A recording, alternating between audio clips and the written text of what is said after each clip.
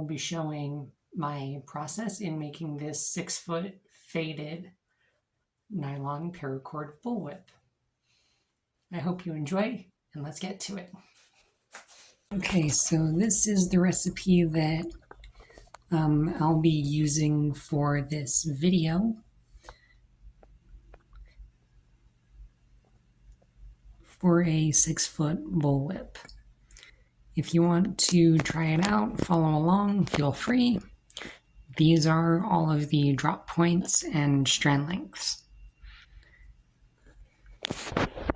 So to start off this whip, I have a piece of 7/32 spring steel, and I'm going to cut it to 10 inches.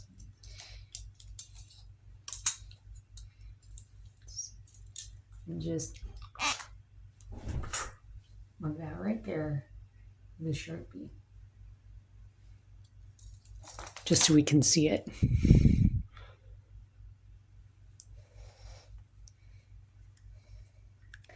And now I'm going to just position this. I have bolt cutters. You could use a hacksaw. I use bolt cutters because I run through a lot of blades. And I'm just going to position that 10-inch mark right there.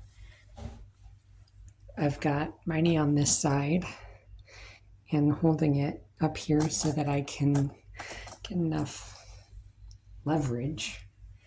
And just squeeze. And there we are. That is our cut. Okay, I figure this might be a little weird to show, but it's helpful information.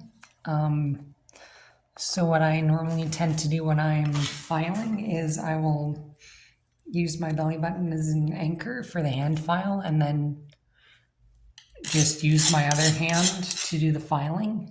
I find it's faster to do it this way, and it keeps the file stable when I do this. Okay, so here's what I am going to need for shot loading. So 16-inch core strand. This is nylon sinker cord. I'm just going to cut 16 inches off of that. And just give that a quick little knot there.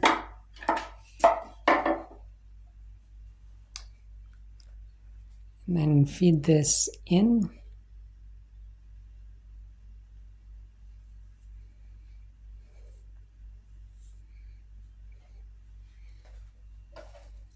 So it should be about 2 inches on, and it's a little more, which is good.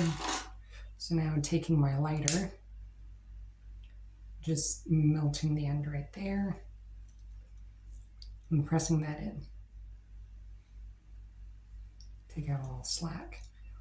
So I did rough up this area on the handle with the file, and now I'm just going to melt that to secure there, and then melt the rest of that. I'm gonna go get the better lighter. Okay.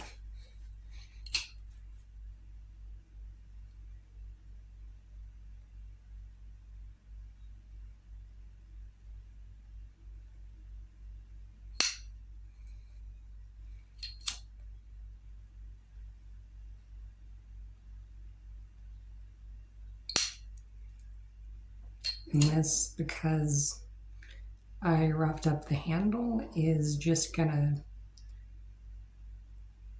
let this melted cord just help lock it. Ooh. Didn't do enough apparently, but if done right, it should help to lock this in place.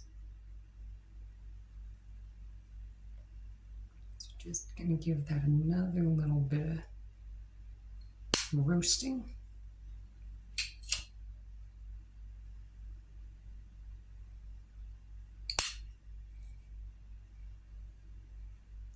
And that seems to be good.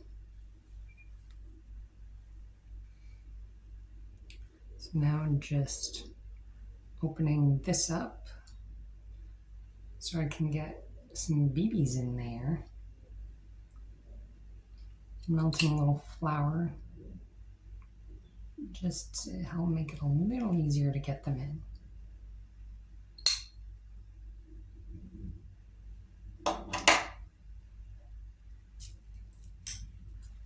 All right, so now to shot load.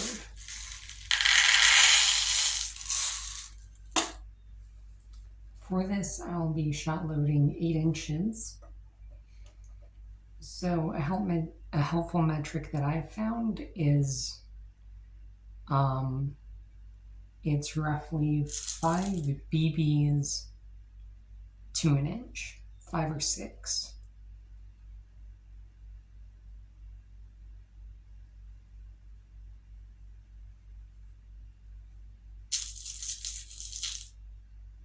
So just to make it easy to get these all in, I normally put in 3 at a time, push them all the way down. So that's 6 in there, about an inch.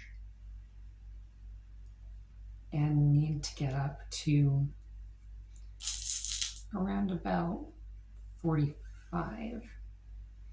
You could count or just measure. I tend to just measure because it helps me get the numbers, or helps me get the length I want a bit more accurately.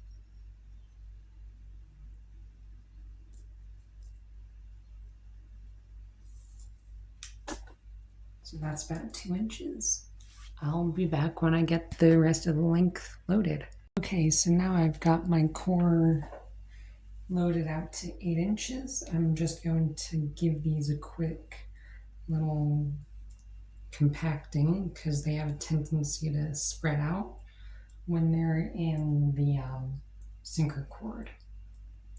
So I'm just taking my fingernail and pushing them down until they hit next one down.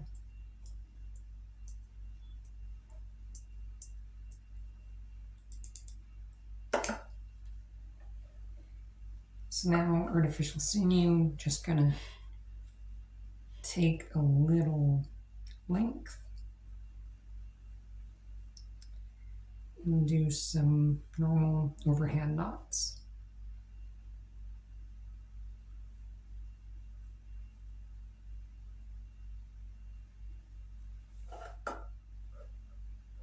So one is an anchor.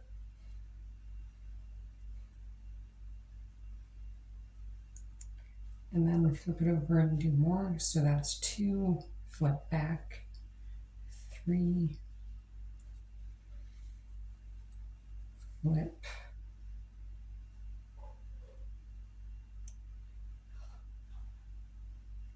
4, flip, and 5. So I tend to find that 5 is a good sturdy stopper, and is about the same size as a BB, to make just a little stopper to hold all the BBs in.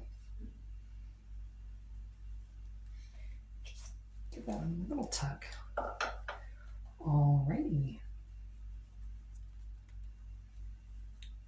So now with that, I'm going to measure from the transition, the point of the end of the handle to the first BB, measure to 10 inches, which is right there. Snip this at a little bit of an angle.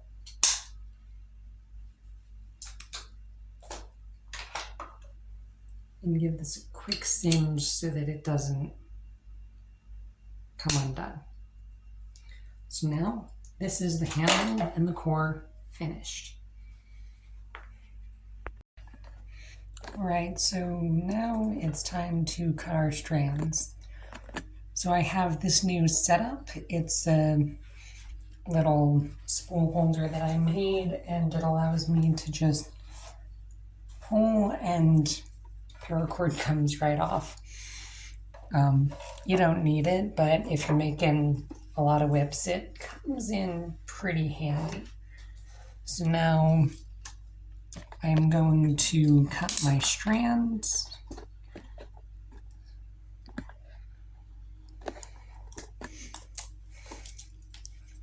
First, I'm going to cut 7 feet, so 42, double, snip, gut,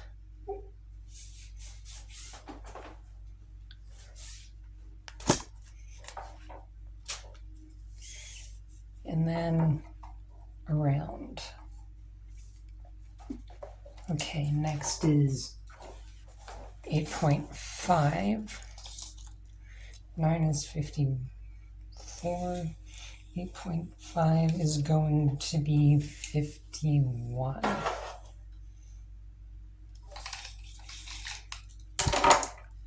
Fold and double and snip and gut. So this is going to be the same process for all of the strands, just with different lengths.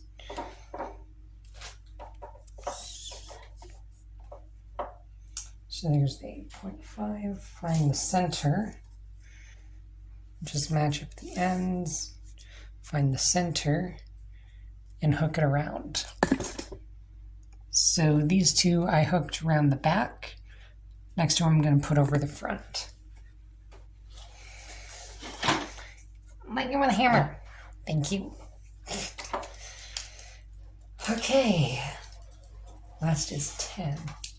So 60. Double. Cut. Pair.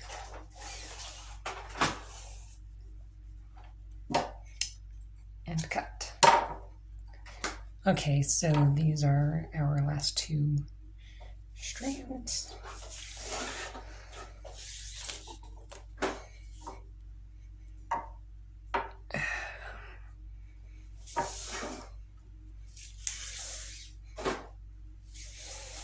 So I hope you'll forgive the mess.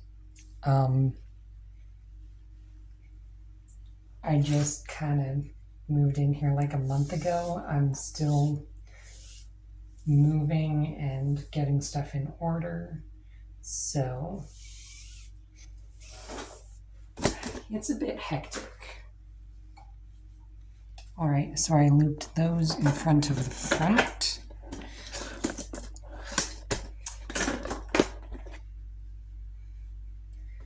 All right, so now to start braiding.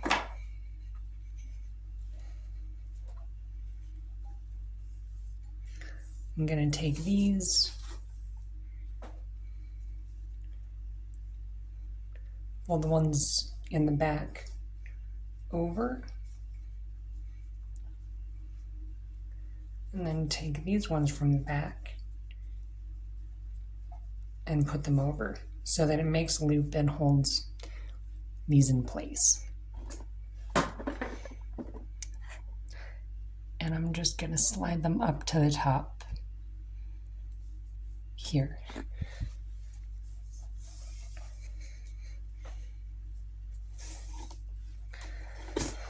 So from here, I just do a simple herringbone. And this recipe is roughly following the Nick Schrader Bullwhip method. So if you're familiar with that, you have a pretty good sense of what's going on here. I'm just doing a herringbone, get a little distance, then slide that up off the end, tighten down the strands to take out a bit of slack. And I'm gonna aim to have roughly 1 inch off the end so that we can put all of our starts there.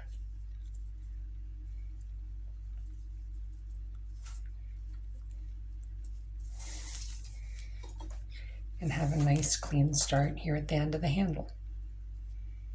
So shift it up again, tighten down the strands. That's maybe 1/2 inch. So do this 1 or 2 more times.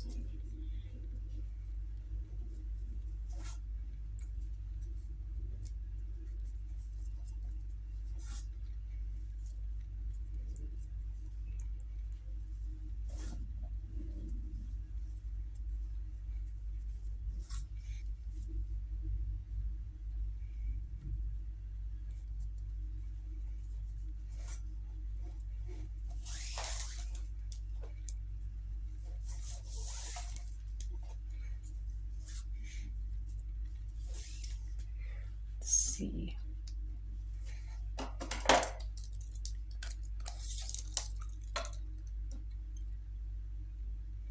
Okay, so just a little more because that's almost at 1 inch. So what I find helps to be able to find the end on this first belly is just to, because there's not much here, just give it a little wiggle, and where it bends is the end of the handle, because you can feel it swells and it's a little harder underneath to let you know where the end of the handle is. So from here, just normal herringbone all the way down. And I will meet you at the transition. All right, so I'm coming up here on the transition.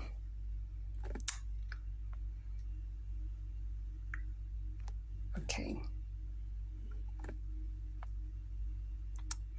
So I've just really quickly taped my fingers because I do this quite a lot and kind of gave myself hand issues. Hopefully that doesn't happen for you. But I've been trying to learn a new grip, so this was the grip that I would generally use. I'm trying to switch to this sort of grip and just give that a nice, hard, slow tug to just kind of snug these strands into place.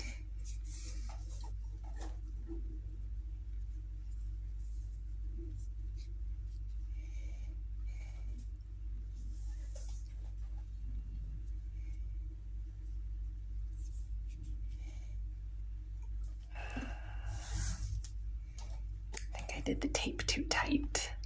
Be right back. Okay.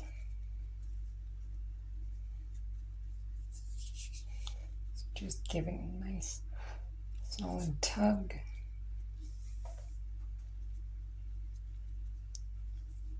To each of these strands as they get pulled around. And hopefully this will give a nice transition.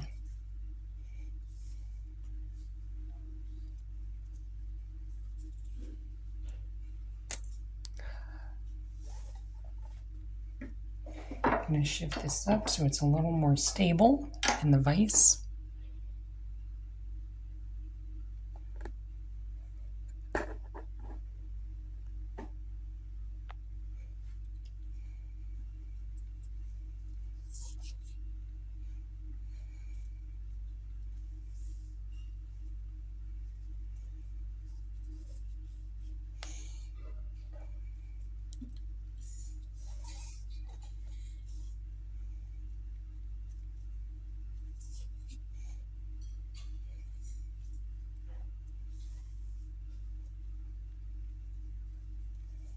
So just do this until maybe 2 inches after the transition. And then you can loosen up to a more normal tension. So after that, next point is here at the end of the BBs, and I will meet you there. Alright, so here we are about to come off the end of the BBs. So normally I like to drop off the right first, and this is our strand to drop here. So I'm just going to do one. Okay. So now that's in position 2, 2, 3, and I can drop it now. And keep on going.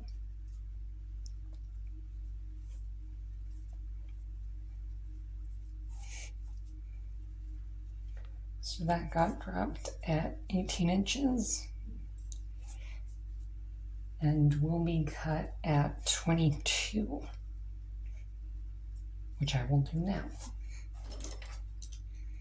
So it's this strand. Because there's an extra inch of scrap, I'm going to cut to 23 down here.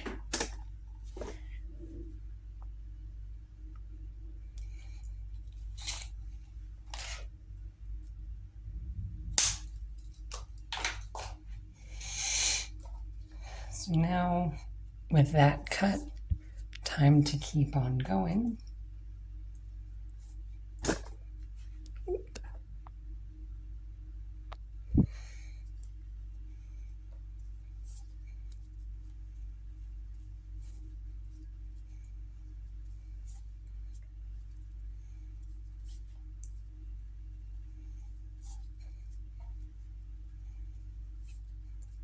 Okay, next one to drop is again in the 1 position.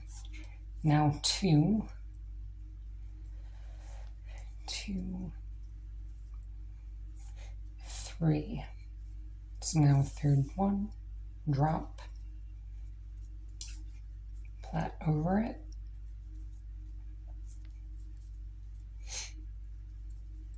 So dropped at 20, going to be cut to 24. Again, because of the inch of scrap, I will measure to 25. Give that just a little tug, lock. Okay, and 23, 25.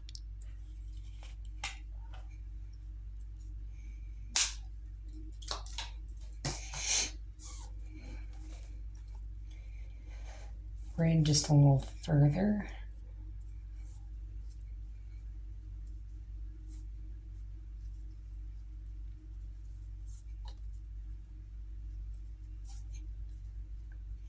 Lock, flip. So now with that flip, since it was going in a under 2 over 1 for 6 plait, it will now be going under 1 over 2. This is something I learned again from Nick's Whip Shop.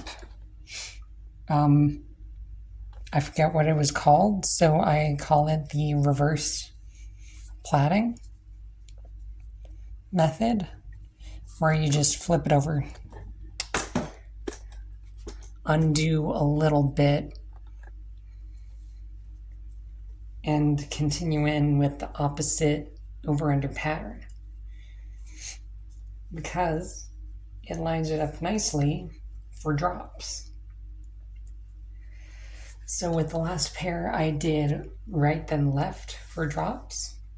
Now I'm going to be doing left than right for drops. That helps make it a more straight line, more even. So now that strand drop is in 1, 2, and drop. Pull a few more strands over. So that's dropping at 22, going to be cut to 26.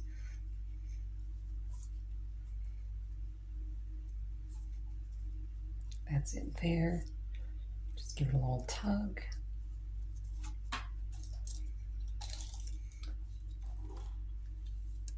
Measuring out to 27.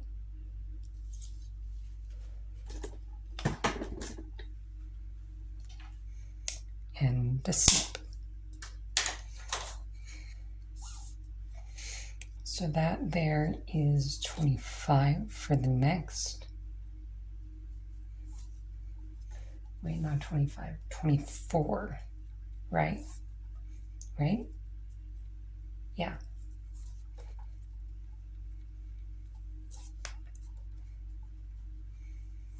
Okay, next one to drop is in 3, 1,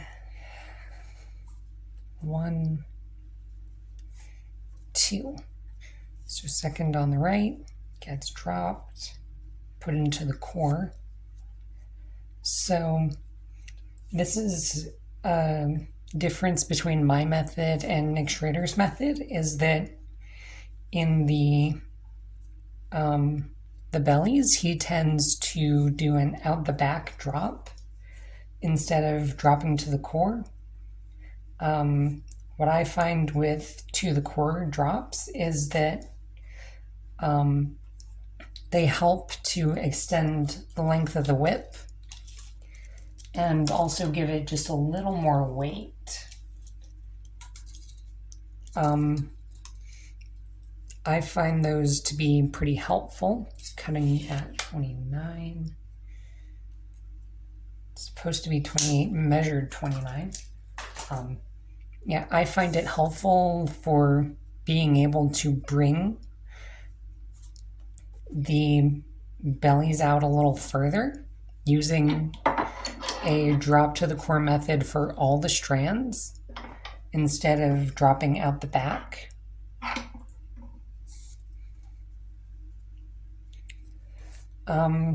Dropping out the back does have its place if you like that kind of drop method. It is pretty simple. I just have a bit of an obsession with like making every layer clean and all that. But out the back drops, again, they have their place if you like doing them, or if you want to make a particular pattern. Like a lot of fades that I see are done with doing out the back and then swapping strands. So on a couple examples, you've got like Cat Fimple tends to do, from what I see, splicing strands together and doing a fade that way. Where Torrance Fisher, when he does fades, I normally see swapping strands, which honestly is a pretty fun method. I might do that with this one just to be able to demonstrate, because it is pretty fun and interesting.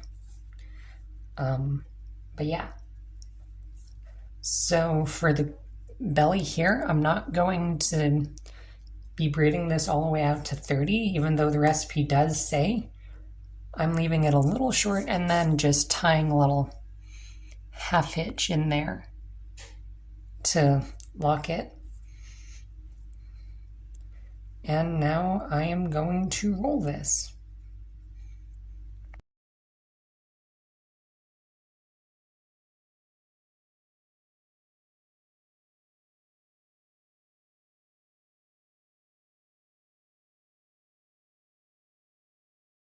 Sorry about that, just some camera issues. So this, again, is our recipe. So I've cut out these 4 strands, 22, 19, and 17, and they will replace the 16s, the 14s, and the 7.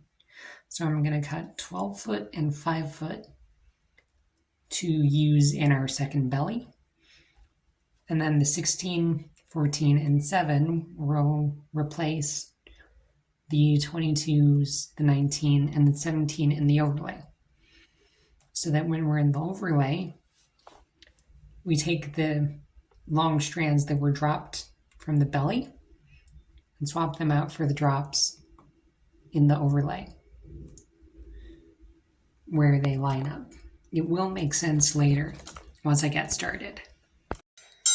Alright, so I've decided to go with the fade just to be able to demonstrate how it's done. And I'm in a bit of a fiery mood today. So, just gonna load up my spools on the holder here.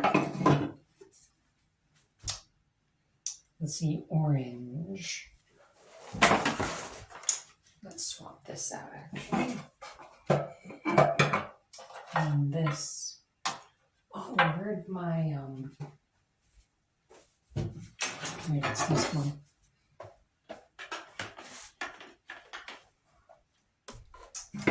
So that's the spools loaded. Now, in order to do a fade, I need to cut strands from the overlay and do that now. So I'm going to start with red because I want this to look like the tongue of a flame. Don't know why that was said dramatically, but I want it to look good. So I'm going to do the longest strands in red, 22, so that's 5.5, doubles to 11, doubles to 22. So this is going to be a 12 plait belly. So there's one of my overlay strands.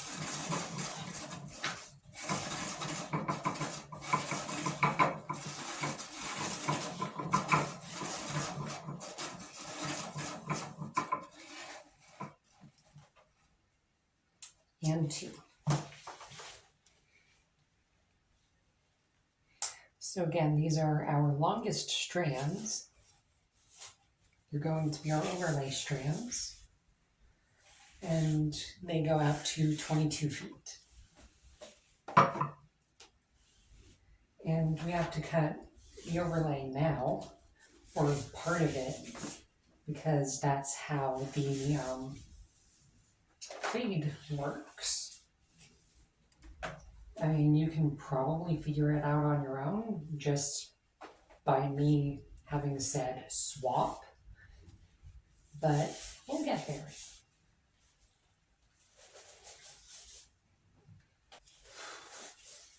So this is currently my second tutorial, and I am wondering to any viewers who might perchance be watching this,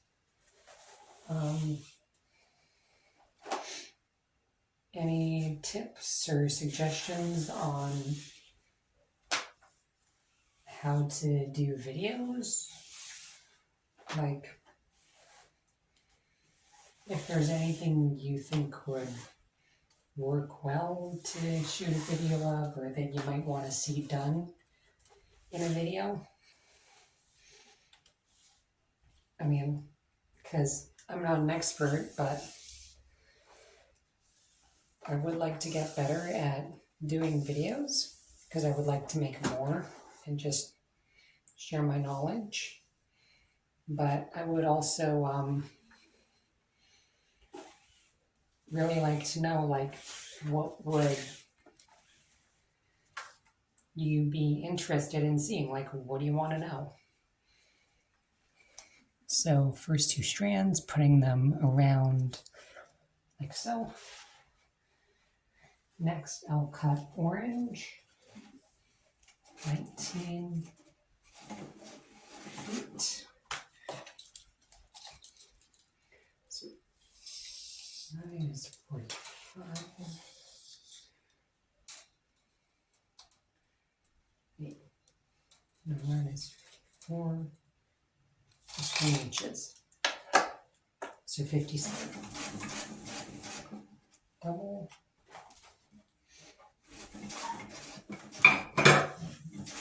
And double. And there's our 19.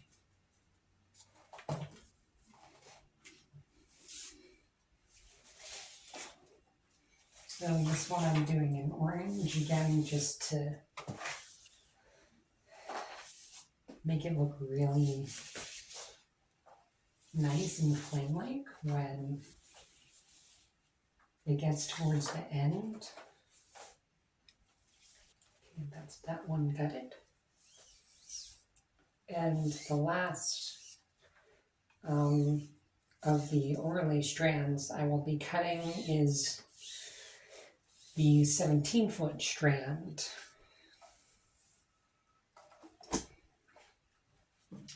So that will be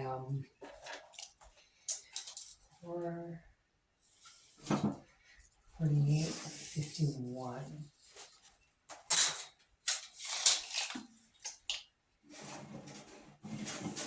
Double and double.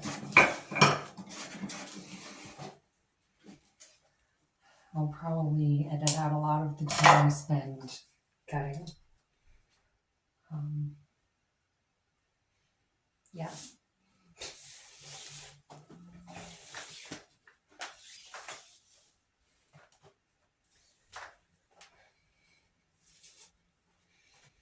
So the way that this fade works is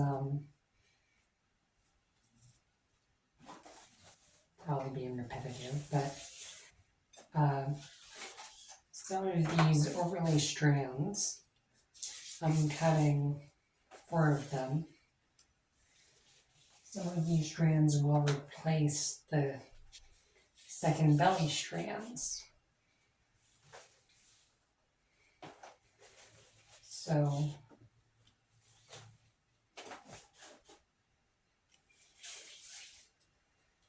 when we go to the overlay, some of the overlay strands are the second belly strands, and we just swap.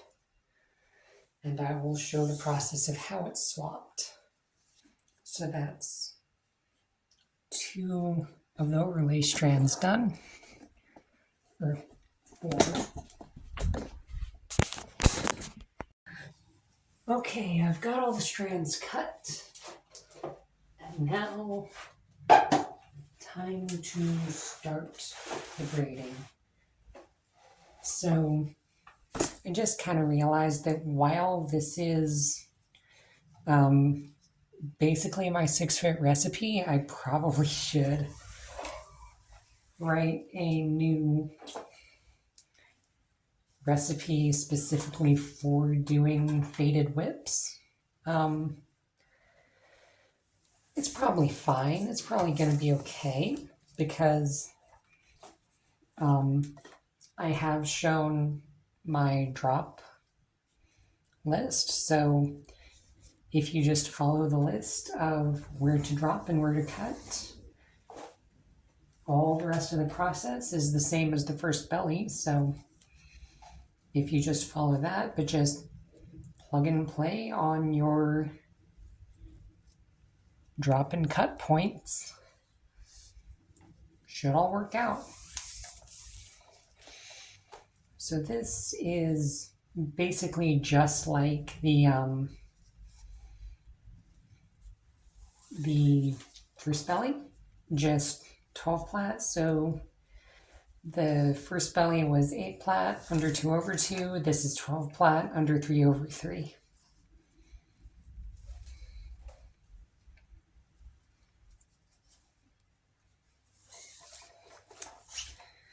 And same as the last belly. Just gonna go down the handle in a normal herringbone plait. So one thing to note is when you're braiding, there's a top side and a bottom side. So the top side is generally tighter when you're braiding. So in order to help the whip be better, because the top side being tighter means that it will have a bit of a directionality that the whip wants to curl in. So in order to help reduce the amount of curl, I tend to flip over my whips. So this is the bottom side of what we were braiding the first time. For the first belly, this is the bottom side. And now I am putting the top side of the second belly on top of the bottom side of the first belly. That slipped just a little, so just gonna give that a little tug back into place.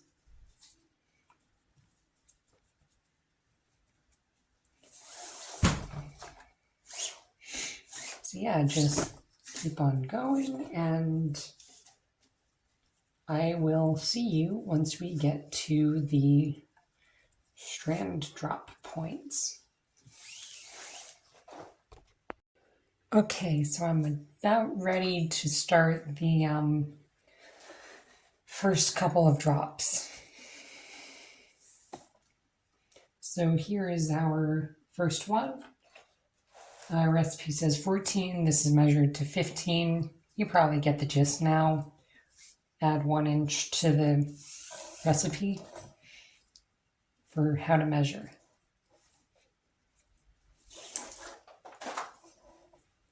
So here's our shortest strand. And this one, these 2 black strands are going to be dropped into the cores.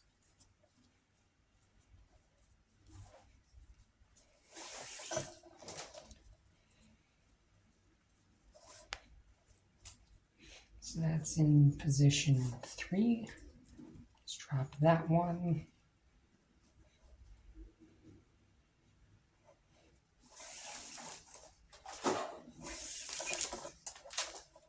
Okay. And continue on.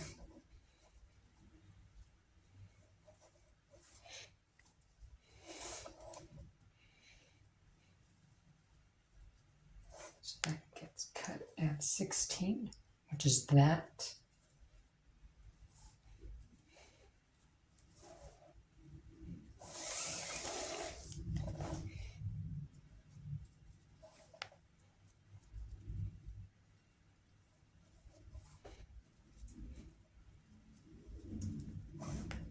Okay. So now that I've gotten a full pass past this one, I'm going to leave it there for a moment. Okay, yeah, that's going to be perfect. And keep going for just a little bit. Because now this one is in position 2, now position 3, and can drop. So that's both our shortest strands in the core there. And just plait on over for another pass.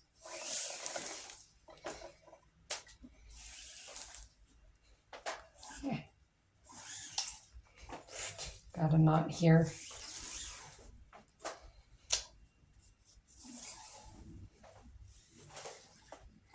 And it's sorted. Okie dokes.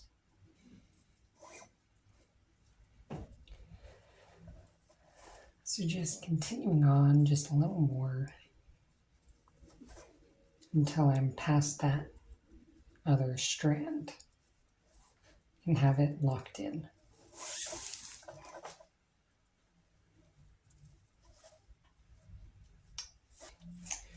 Okay, so now time to cut these to length.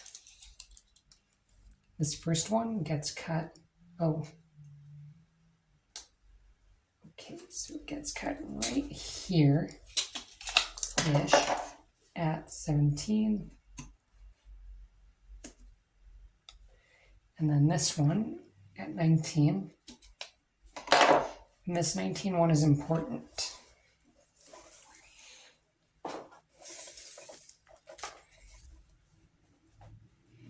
So we're just going to keep on going.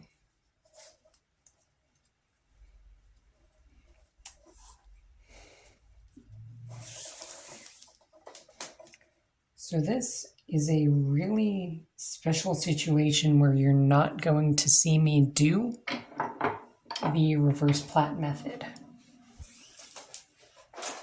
So here is 19. Because this is an instance where instead of doing the normal to the core drop, it's going to be an out the back. And I will show you here once I get to the 19-inch mark.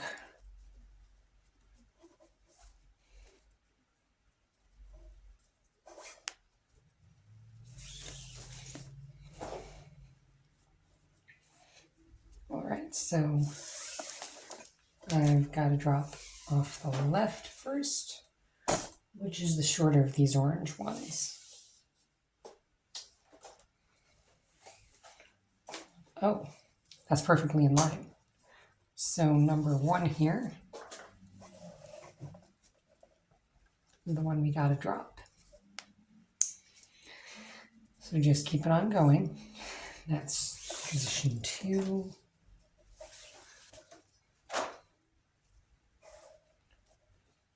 Position 3. Position 4. Position 5. And just let it off the back. So, and then this is 20. So now, as you've probably seen Nick Schrader do, that out the back, and I'm just going to leave it there. So now the next one underneath, keep braiding with that.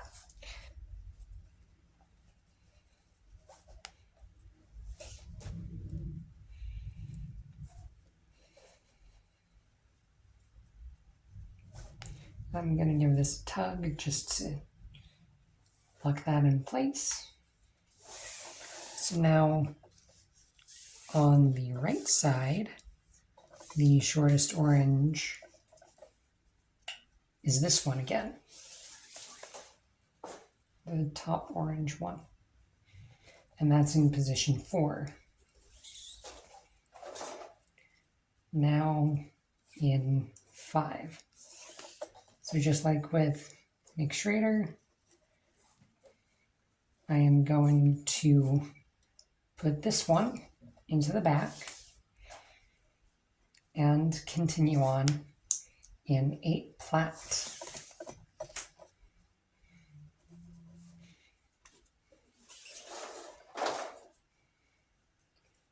So now I will see you down towards the end of the first belly. Meet you there. Okay, so we're coming up on the end of the first belly. So if you remember, I said that I don't do this all the way. Well, basically it's another way that I can remove my need for e-tape and just kind of streamlines it, because besides not needing e-tape, an issue I ran into would be the snipped ends fraying when I would go to roll. So now I do it this method and gives basically the same results. So just took out that half hitch that I had there to keep it all together. And now I cut the staggered ends. So from the first belly, that's going to cut to, all right, gotta unbraid that a little further first, just so that it doesn't undo and mess up the measurements while I cut or after. So now cut to, it's going to be 31, 33, 35, and 37.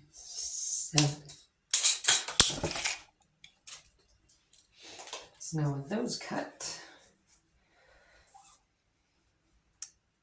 I'm just about to the point where I need to drop my next strand. It's going to be this black 12-foot strand that drops next. And it's supposed to go to 38 and 40.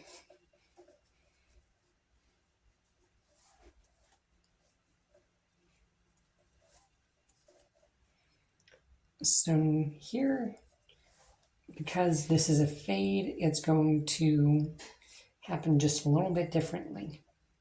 The black strand is still going to drop just the same. Just shift that up just a little bit. So it's going to drop here when it goes from 3 to 2 strands. Just going to braid to that point real quick.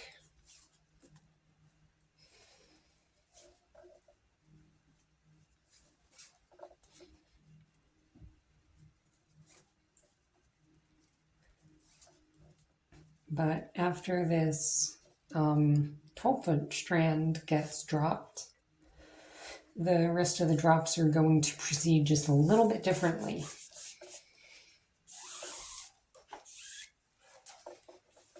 And just like da-da-da, just really quickly dropping, because that is going to help with our fade.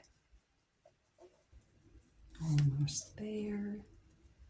So again, going to drop this one here from the right side.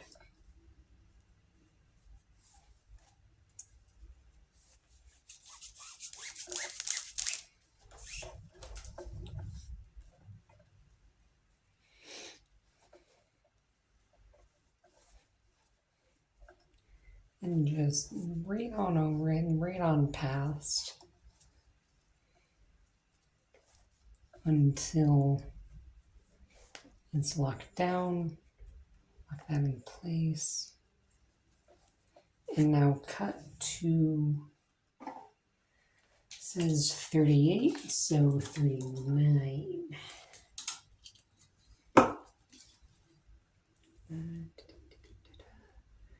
39. Let's just zoom that out a little bit so you can see a bit more what's going on.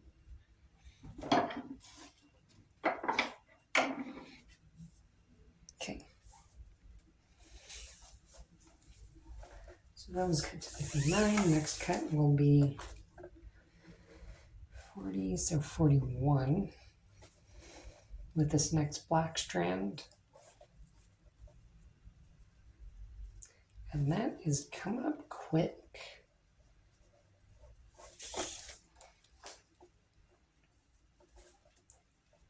Okay, that looks like that will be a good spot for it to drop. So now drop and braid over.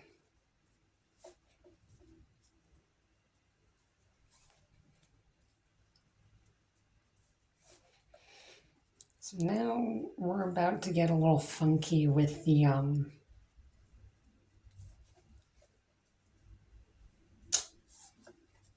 the fade strands. as soon as I cut this dropped strand to length,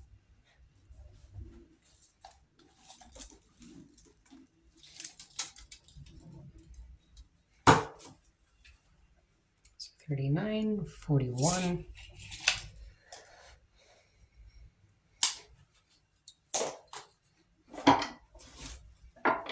So again, with these orange strands, they're going to go out the back.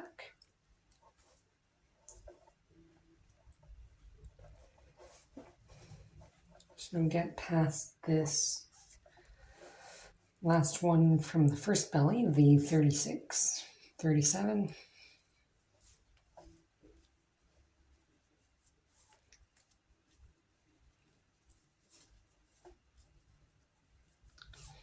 And I'm just gonna drop that there.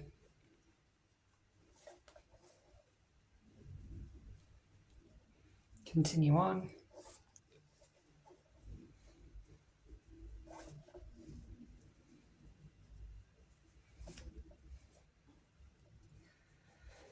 In 5 plat.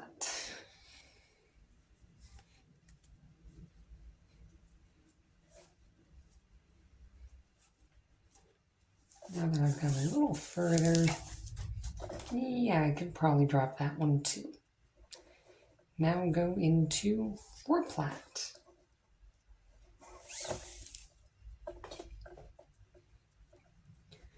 So all of these strands now drop earlier than they should have in the second belly recipe, but that's okay, that's gonna help. Because that gives us a little more distance to work with when we're doing the swapping in order to deal with the drops, because there's going to be a lot of drops. Just give that a quick little tug. And I'll end right after the end of this second belly strand.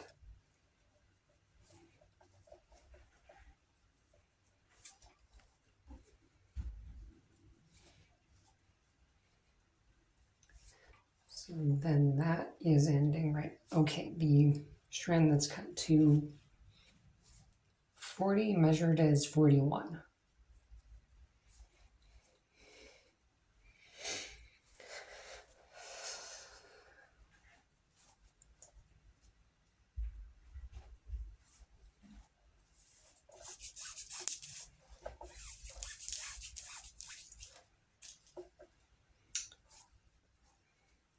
And just go off a little bit past.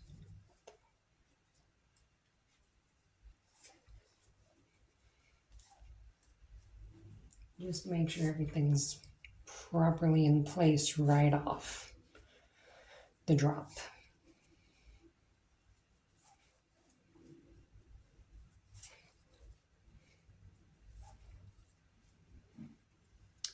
I think that's good. So just going to tie that in place.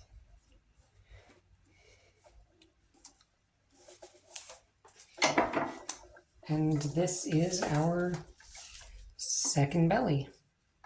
It's a little small, but it's what we got. Alrighty, welcome back. I am here and going to do the overlay. I have all of the strands cut, and hopefully if I can get the graphic to work, I'll try to get something up to show the strand lengths that I'm using this time. So just gonna do as we did before and just loop these around. So this is a combination of lengths from the second belly and then the overlay. And it's about to become clear as to why. So just gonna get those sort it out, and pull those around.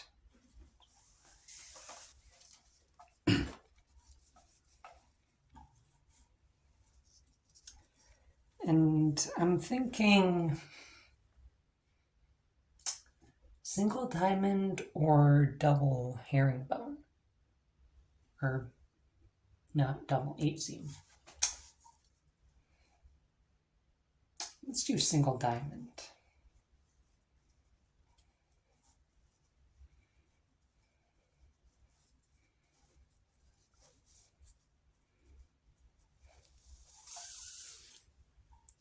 I do really like the texture of the 8 seam short herringbone though. Like it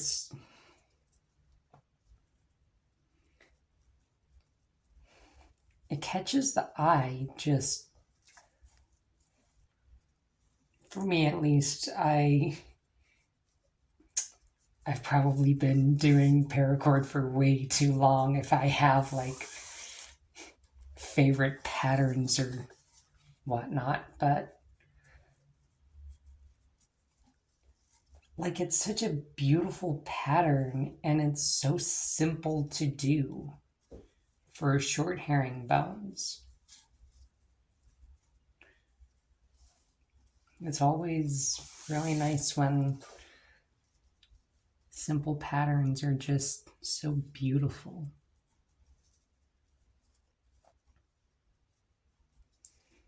Like another one of my favorites is the gaucho bands. I've seen them called wedding bands too. Where again, it's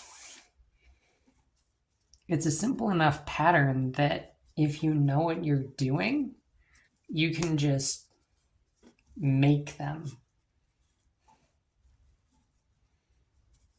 Actually, I might just put some on here a little further down.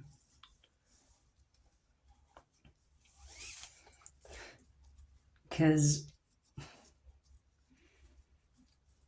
one thing that my mom explained to me in regards to yarn and weaving is about the twist of yarn, where this is more her domain, so I'll try to explain as clearly as I can, but a twisted yarn has either an S twist or a Z twist, depending on how it was spun, and that because of the different twists, they each catch the light differently. And the same applies to braiding, where a strand going to the left is going to catch the light a little differently from one going to the right.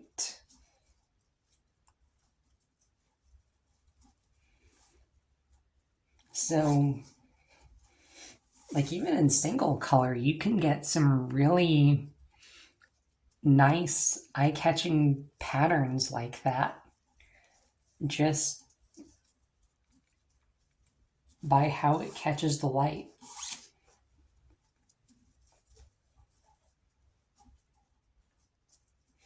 It really is amazing how you can make just simple little patterns. Don't worry, I'm probably not going to go full Bob Ross here.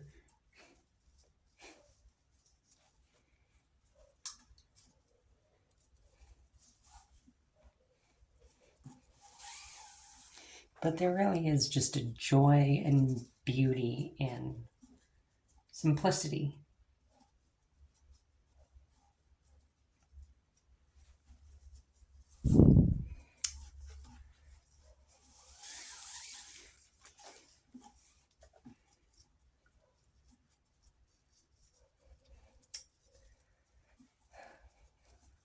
I'm probably going to need a moment to braid along to the spot where I want to do the gaucho bands. So I will see you then. Alright, so I've gotten far enough that I figure I should probably start the gaucho bands. So I'm going to do a pattern that I really like, and it's a descending ascending pattern. So it's single diamonds to start, under, over, under, under 2.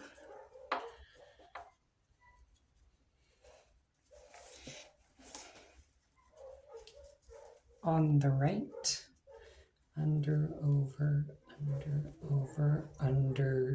over 3.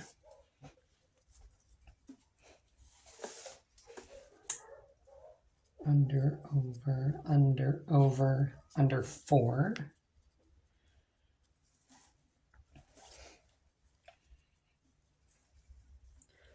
Under, over, 5.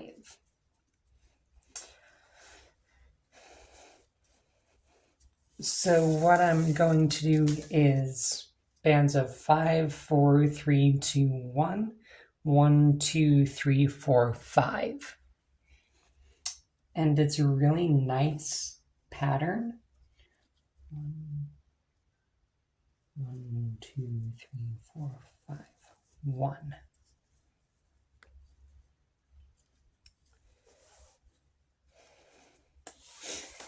And it is one of my just favorites. Okay, 1, 2, 3, 4, 5, and 2.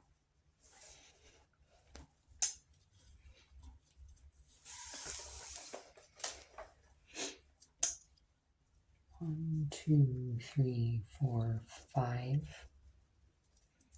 and 3. So one thing that helped me understand how the gaucho works is to think of it like the single diamond. 1, 2, 3, 4. 1, 2, 3, 4. That this is like 5 and 4 bands, like 5 strands, 4 strands, and then 3, 4, 1. But that single diamond, you can think of it as like 1 strand gaucho knots, or gaucho bands. So like that's 1, that's 1, that's 1. And when I'm getting to the middle, that will make a little more, it will get a little more clear. So 2, 1, 2, 3, 4, 2.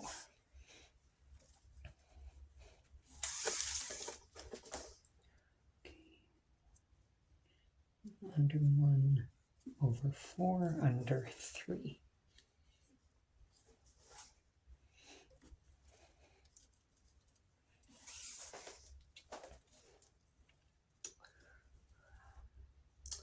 Under 4, over 3, under 1.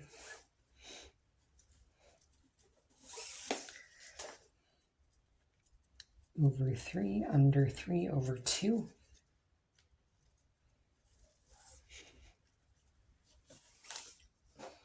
So yeah, if you can just think of it in that way of like, kind of like the single diamond. So that's 2, 3, 2, and 1. Okay, so 1, 3, 2, under 1, over 1. Just thinking of it as bands, similar to the single diamond, might help if you're trying to understand how it works.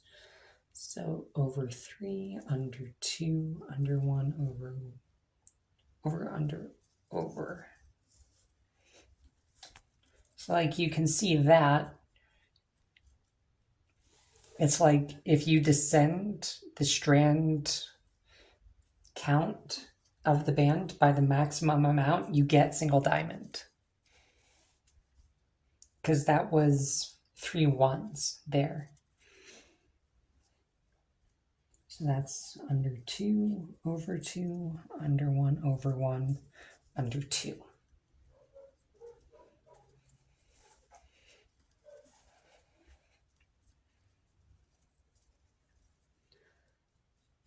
Over 1, under 2, over 1, under 1, over 2, under 1.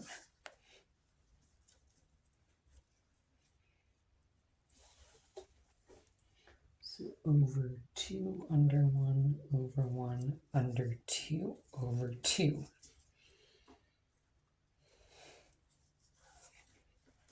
And then it's all ascending from here, should be. So under 1, over 1, under 2.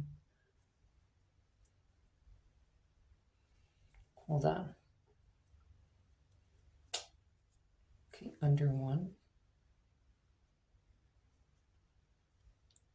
over 1.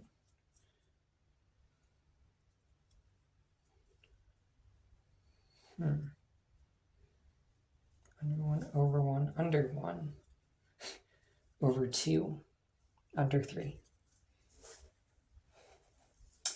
So as long as you know what you're looking for and looking at, you can figure out the pattern. Under 1, over 1, under 2, over 3, under 1.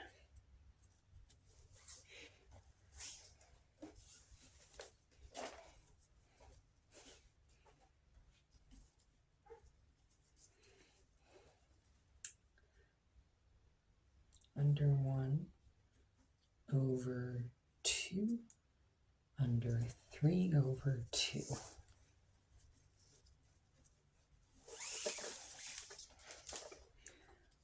So under 2, over 3, under 3.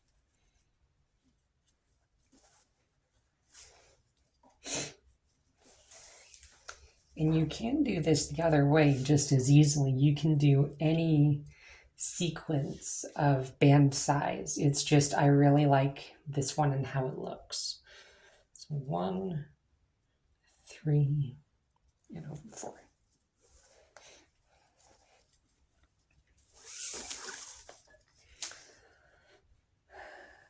So over 3, under 4, over 1.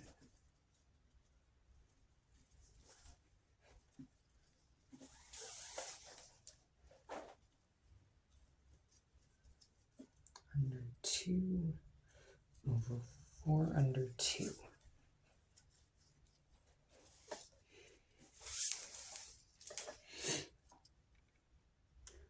Over 1, under 4, over 3.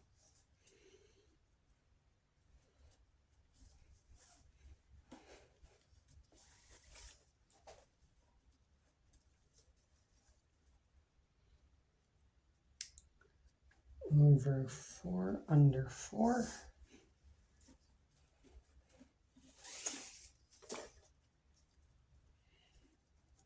Under 3, over 5. So now that is the last of our wide bands of this gaucho sequence. Just need to transition back to single diamond. So over 2, 1, 2, 3, 4, 5, and over 1.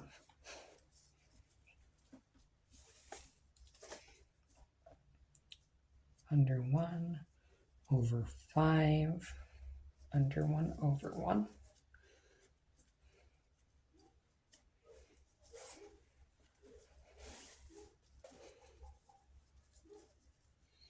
Under 5, over, under, over. Over 4, under, over, under, over.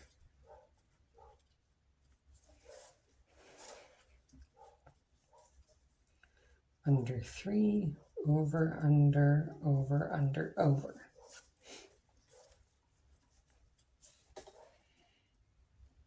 Over 2, under, over, under, over, under, over.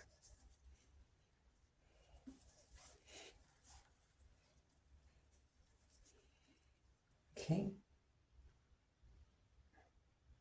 Under 1, over 1, under 1, over 1, under 1, over 1, under 1, over 1. We're back into single diamond. Yahoo!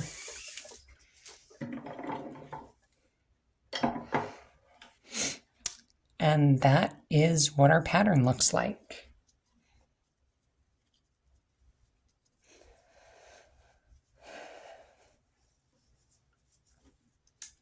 So, I will see you then at the transition. It's right there. All right, I've just about come up to the transition, so I feel like doing my transition sequence. So I tend to use this one, even though I'm probably gonna put a transition on here because A, it's clean, and B, it helps give me reference points. So it's a lot like the gaucho, where it's unders and overs and then under 2. This is one I learned from the Adam Winrich, Nick Schrader single belly bullwhip video. If you want another reference for that. So that was unders and overs and then over 3. It's same sequence as up here. Under, over, under 4.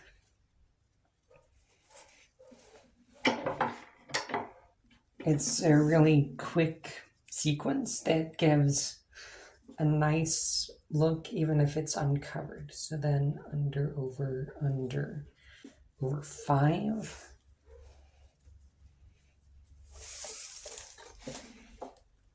Under, over, under 6.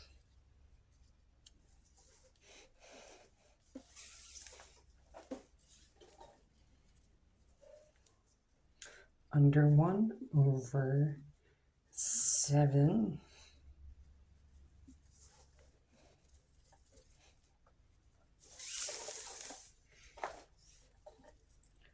Under 4, over 4.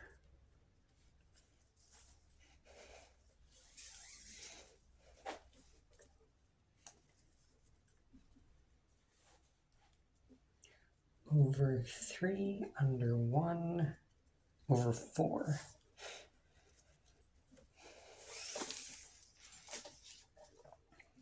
Under 4, over 4.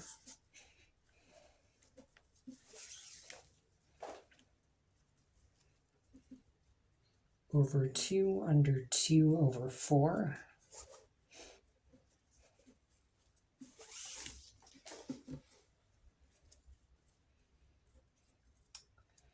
Under 4, over 4.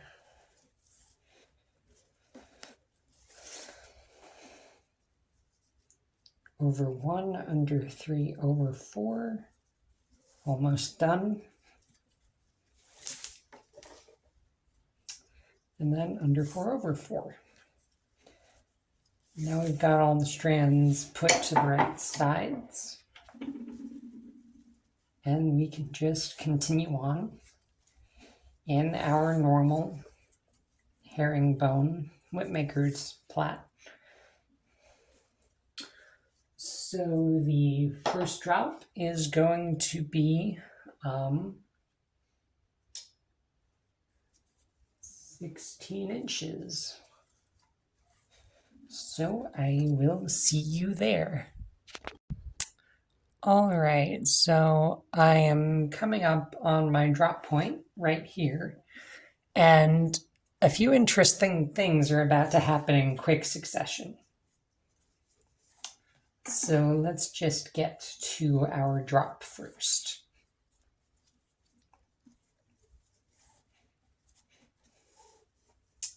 I'm gonna call that 1. So that's in 2, 2, 3, and probably drop. Okay, and then 18, which is around about there. So then next round. Okay.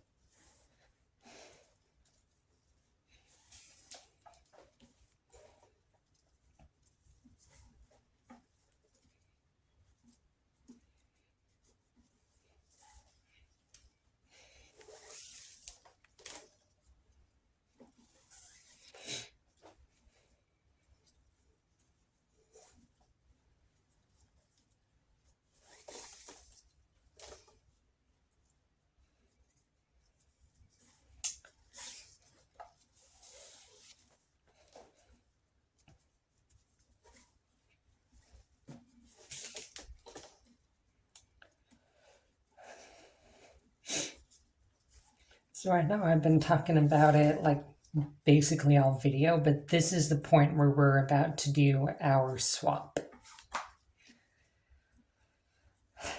It's gonna be fun.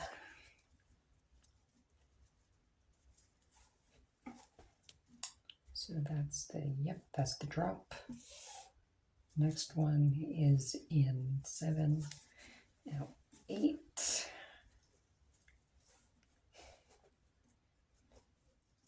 And 1.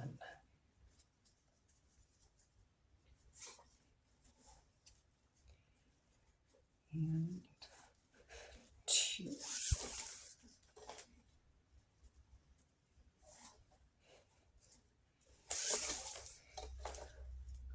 so that's supposed to be 19. Cut to 20,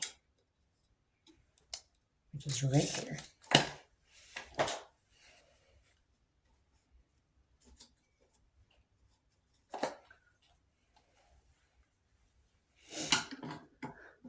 And then next one to 21.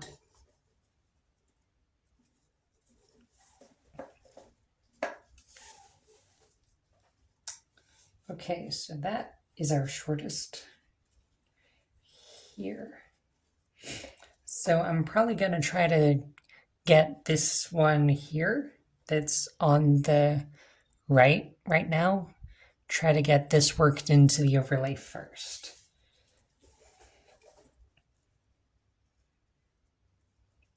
Okay, that's going to need another round.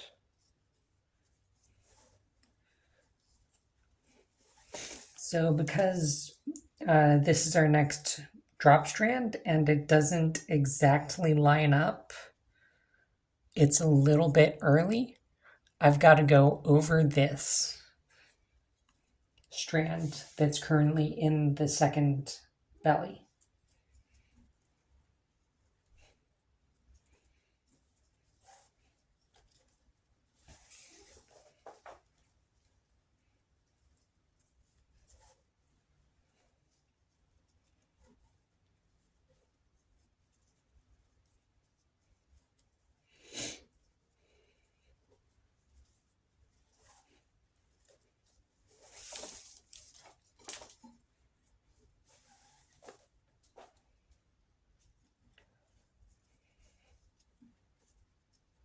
Okay, so yeah, let's wait a moment.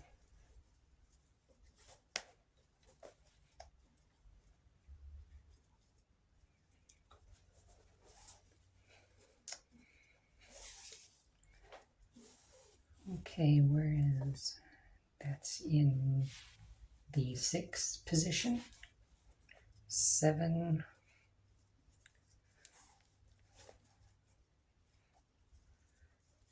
and 1.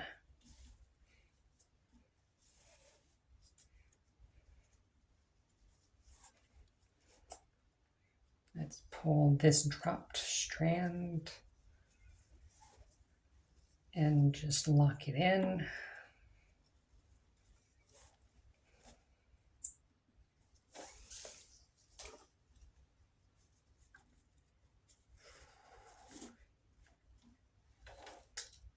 So then 2 inches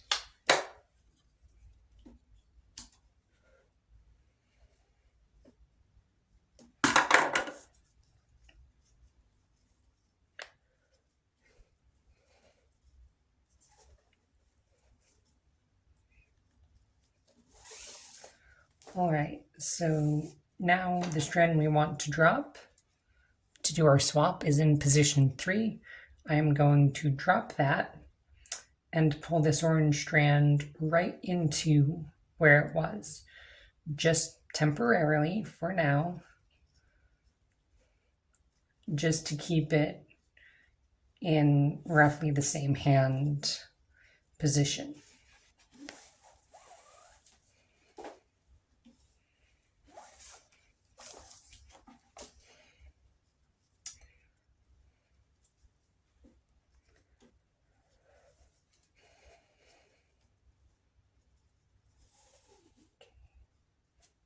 And I can probably do the same on the other side soon.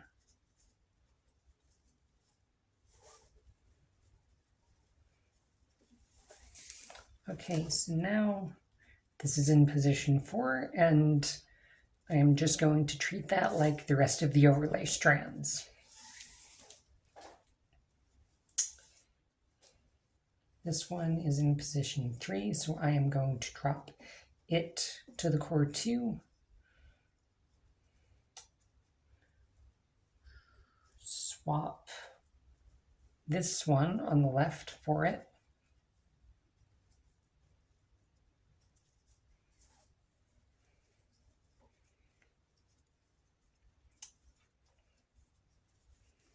And just continue on.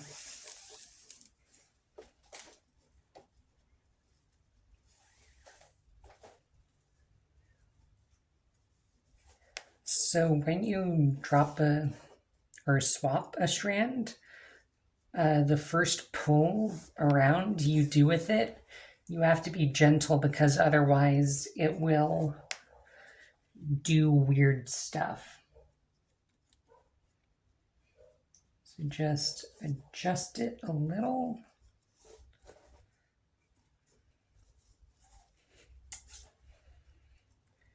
Pull that strand. And now just gently, more just laying it into place than pulling. That was just laying it down with my finger. So that one is into place.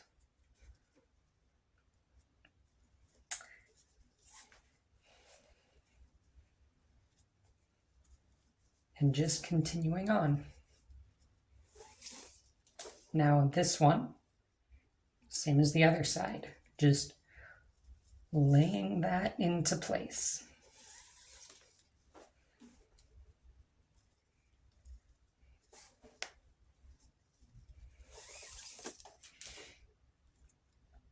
And just adjust that, give it a little pull.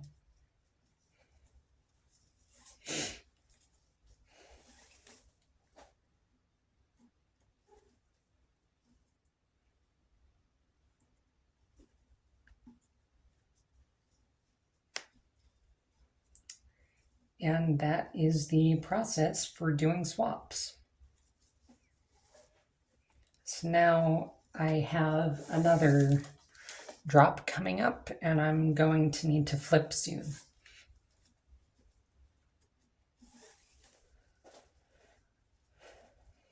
I just want to get a little bit extra distance before doing that.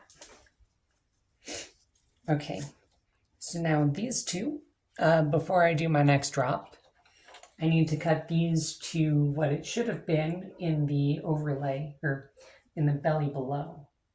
So that is 23, 27. So 24 and 28.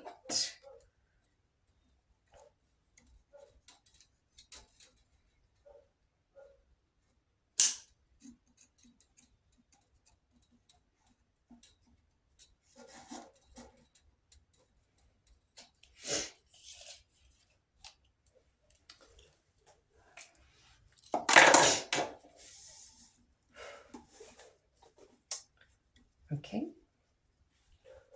so my next drop is going to be 23. So actually I'm pretty well lined up for my next drop. I just need to flip.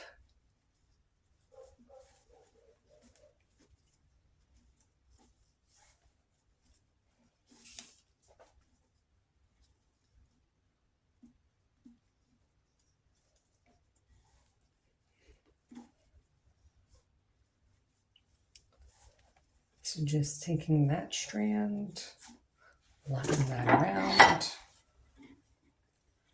and going to the back side. So yeah, that is our fade.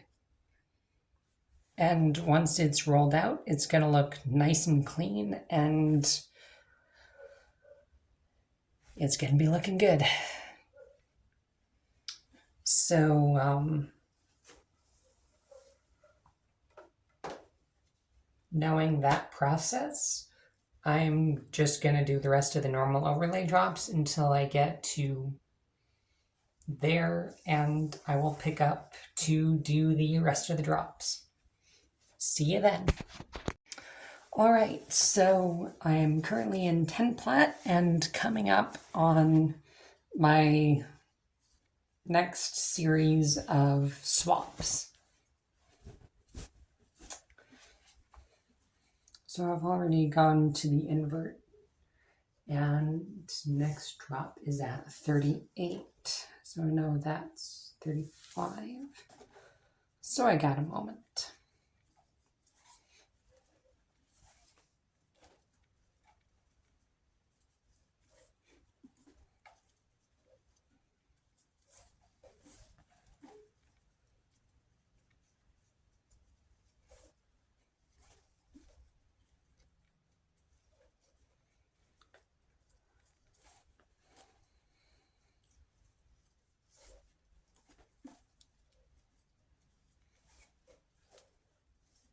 Okay, so what strand? It's going to be this side. That's the next one to drop, right? Yeah. So next one to swap is going to be this one. Okay, that's in position 3.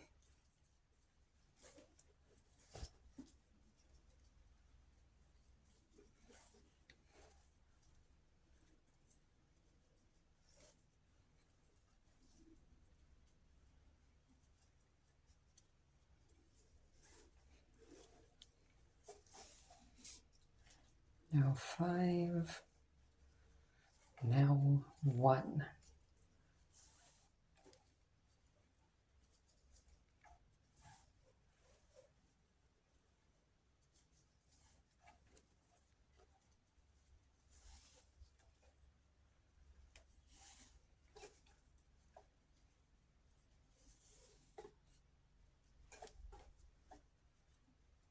Wait. That's 5. Oh, hold on. Sorry. Little mistake. Is that...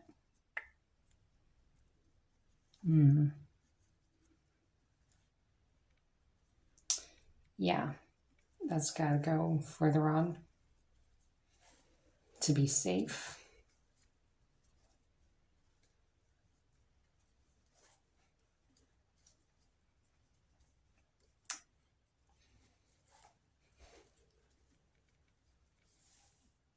Okay, yeah, let's just do that. And swap.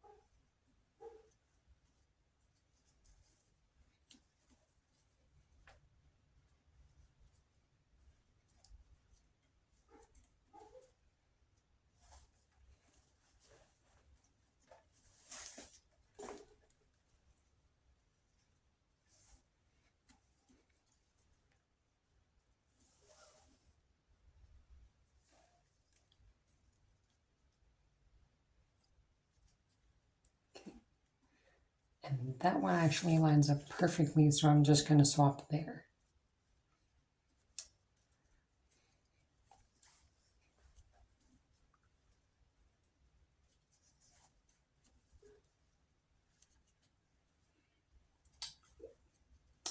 Yeah, now you see what I mean, where it's like it slips under if you pull too hard. So it's important to get that first pull on a fresh swapped strand gentle.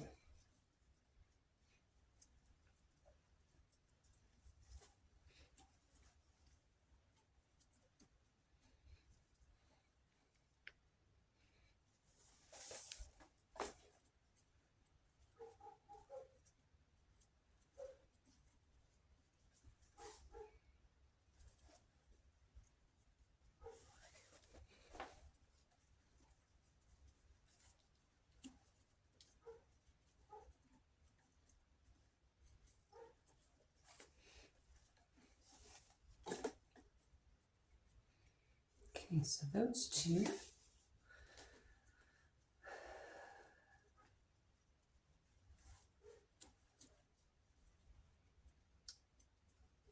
That looks like the 38 and 40.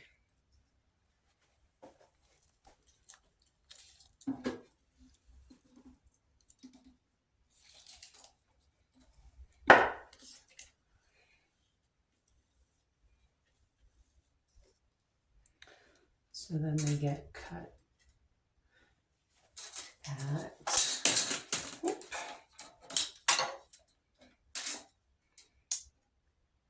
43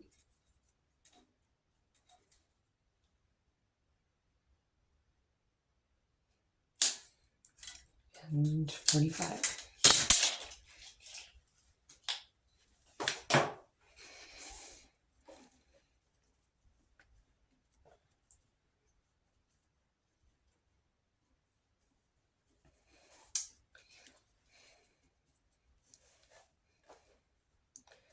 So besides those, I do have an actual strand drop coming up.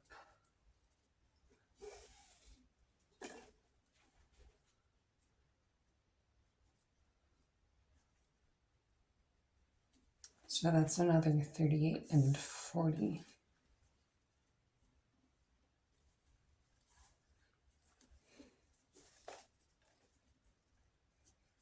Just gonna go a little further so I'm not clustering all my drops in one spot. And side.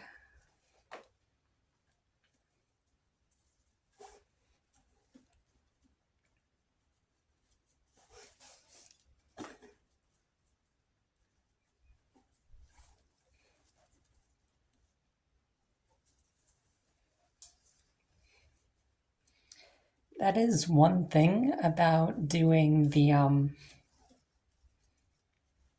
fades, is that you end up with a lot of loose strands in the core that you have to manage and plait around.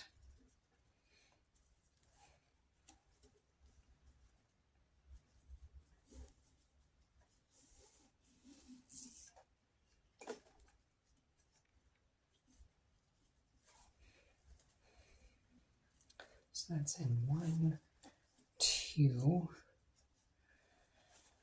2, 3. And I'm going to drop that one now.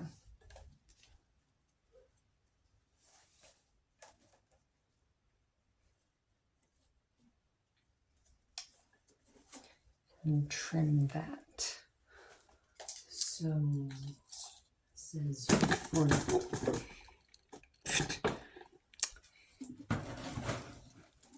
Shouldn't be kicking the camera. Kind of hard. It's all cramped in here though. So 42.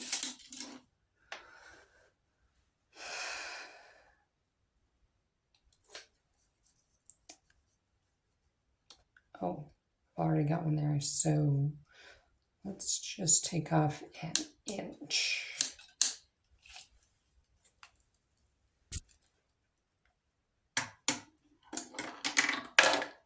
And the next one says 43, which is 44.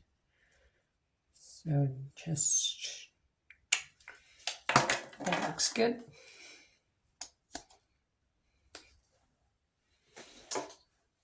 And now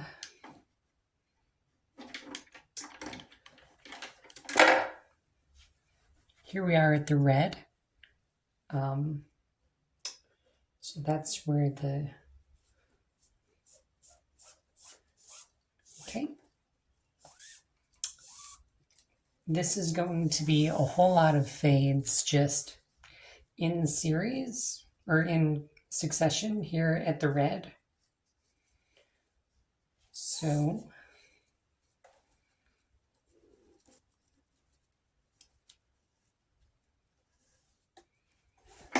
I'm going to just adjust this up a little.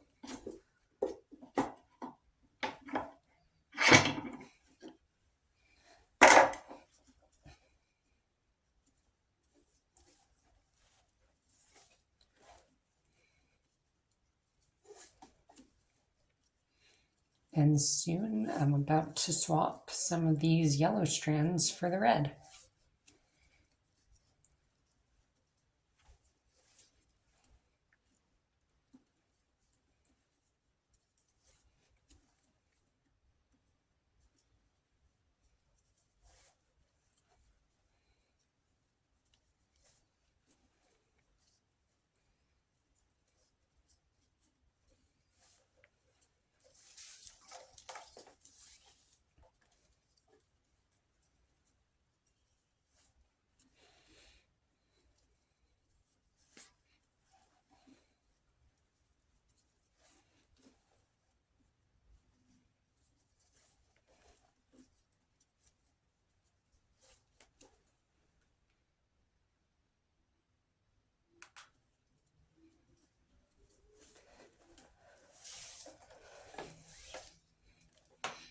So looks-wise, fades are generally one of my favorite things to do in a whip because they're kind of unique. Like, I don't see a lot of people who do fades in whips. Just gonna pull that one up and stick that one down there.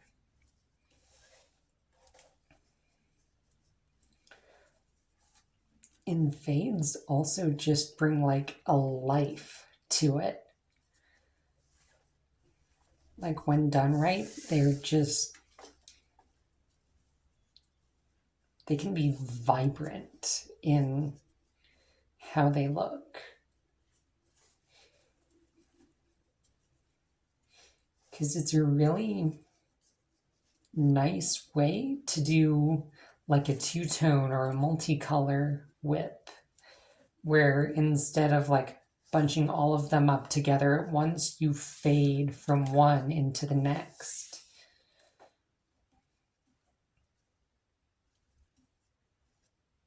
All right, so that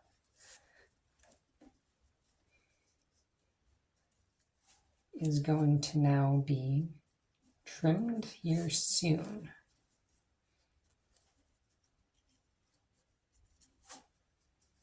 This one that we just swapped. And that is going to be cut to 46.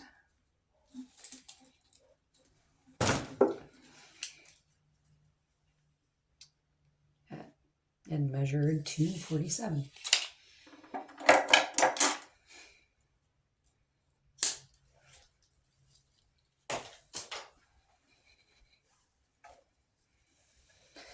So yeah, anyone watching this, if you have like a particular design or pattern that you really like something that you think makes a whip like stand out and is just a really beautiful thing, feel free to let me know. I would be really interested to hear your thoughts. Because there's a lot of variety out there, and like it could be, you know, a whole whip or a series of whip or a style or just like one really small detail that you just like the look of.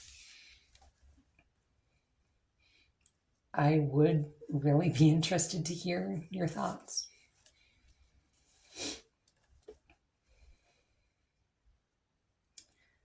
Okay, let's do another round before doing a swap.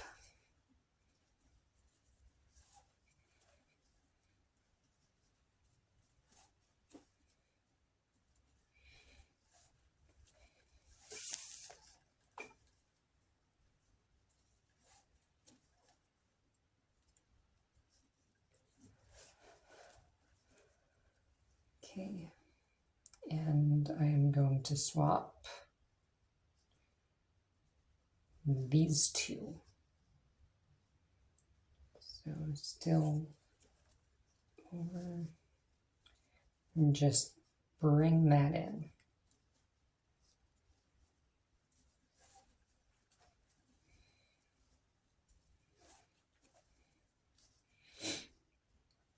And I know I'm not like perfectly measuring these or anything, but while I am the type that would be like meticulously measuring to make sure everything is where I want it to be, this particular whip is a fire theme whip that I'm going for. So, hold on. All right. So, I got that strand swapped. Just keeping on going.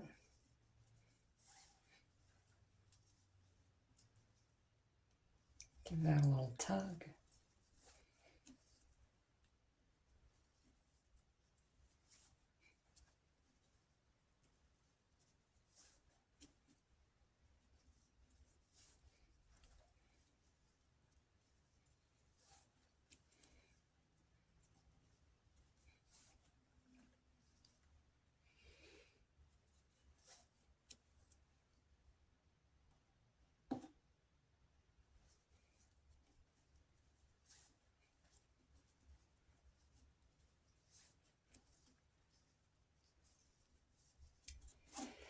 And now I'm going to snip this one.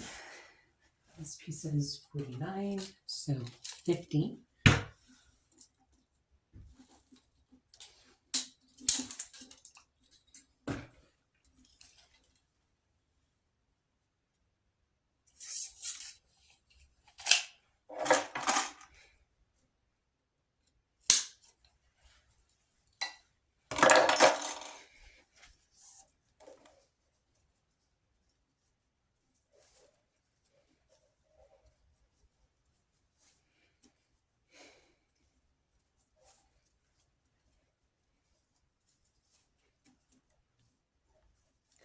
Gonna shift this up just a little bit.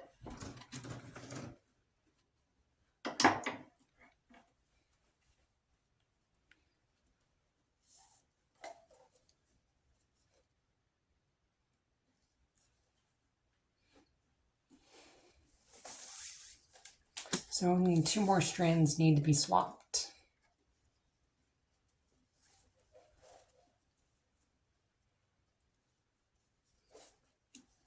Kind of feeling like doing this one now.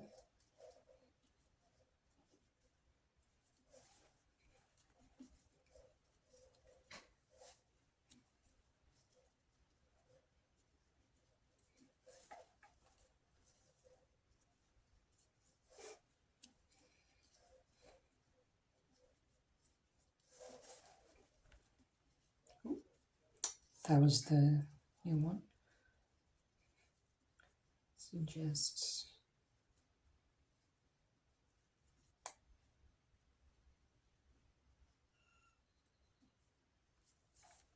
gently.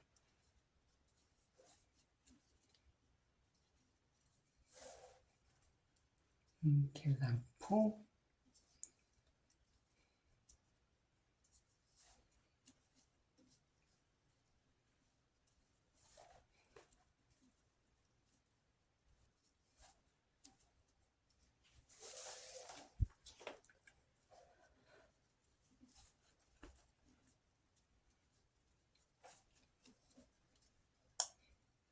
So now we're getting close to the point where you're gonna need to drop some of the overlay strands again.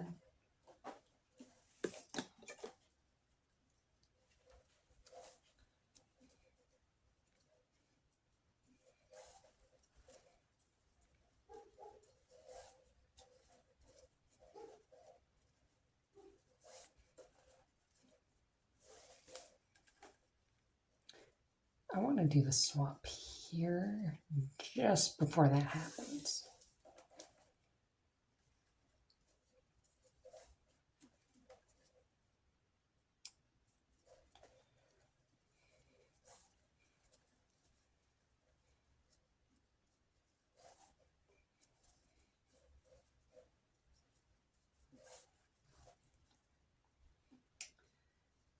Just lay that right in there.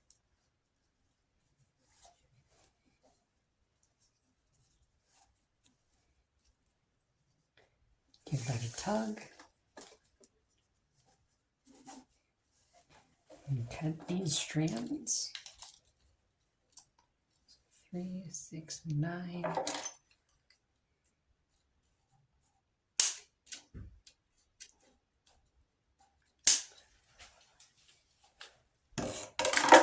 And that's the end of our second belly.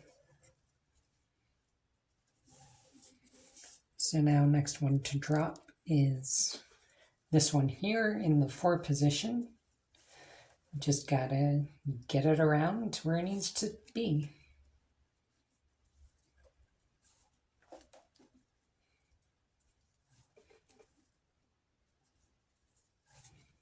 All right, I can drop that now.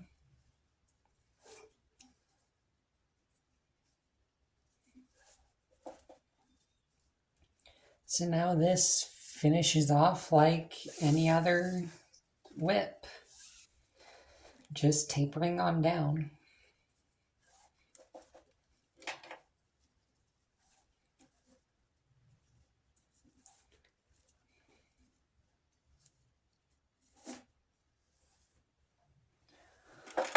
Okay, so 55, 58.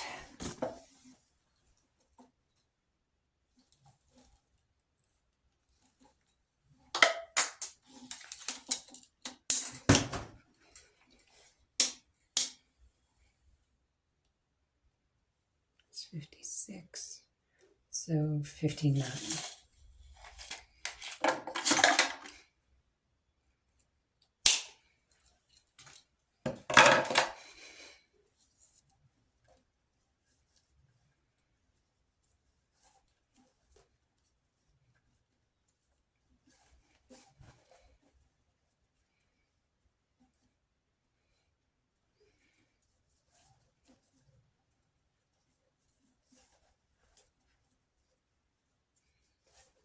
Coming up on our next drop here, just another 1.5 inches.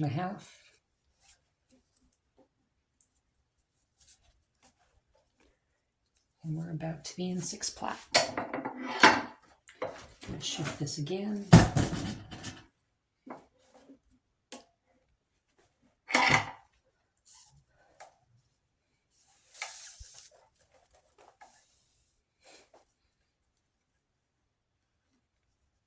So I am aware that I've been yammering a lot about whips here. But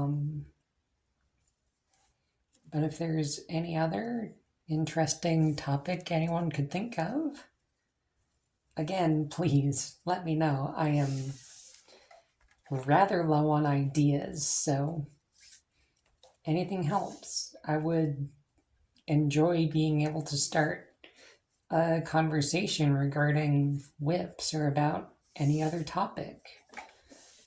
If you have questions about anything, how I do something, or just want to know something else, feel free to ask.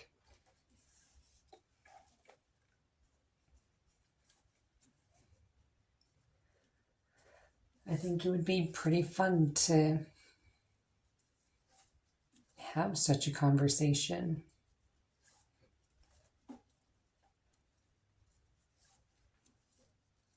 be able to learn more about the people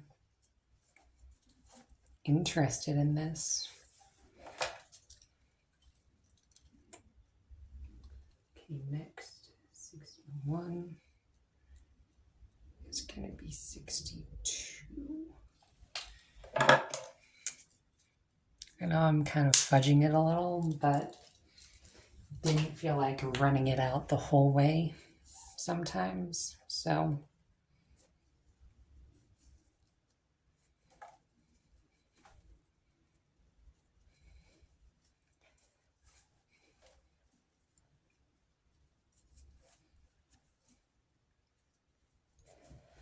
now we are in 6 plat and coming up to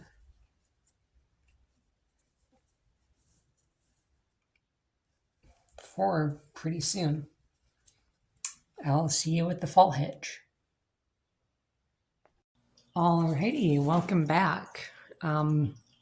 It's been a little bit of time. Little change of scenery, having to take care of some stuff. But I'm back and able to work on this. So, next step that I am going to do will be the fall. So for that, I'm going to take my red cord, and let's see, I should have my tape measure in here.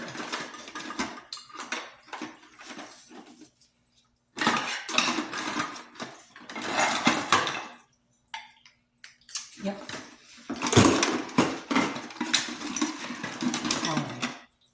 So now, for this, I think I will do the tapered twist. So it's going to be a 2-foot fall. Going to measure to 2 foot. Then I'm going to add like 3 or 4 inches. I'm going to do 4. Just to get a little bit of scrap.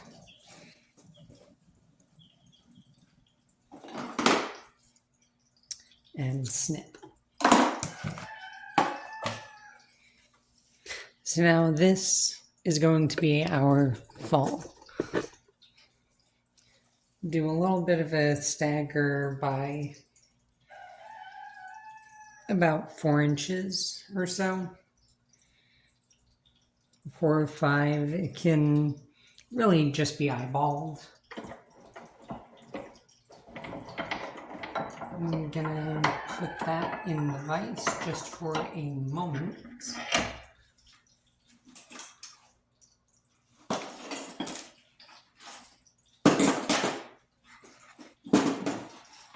Sorry for the lack of preparation. It's been a week.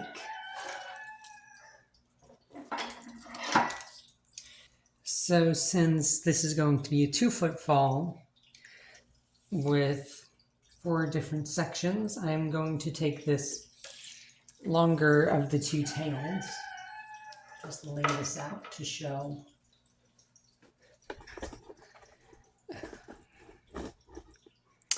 So the longer of these 2 tails, I'm going to take right up to the top and then 6 inches, which is right there, and pinch it 6 inches.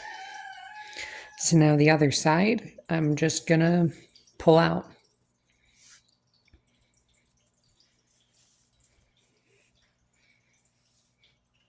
And there's gonna feel like just a little bit of a pop when the guts pass. So just going slowly. Feels like it's probably coming up.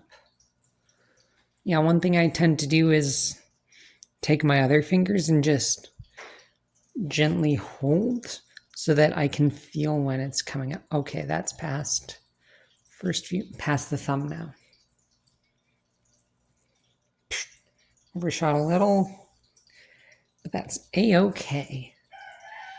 So now from this new point, I'm gonna measure 6 inches plus just a little bit. Doesn't need to be measured.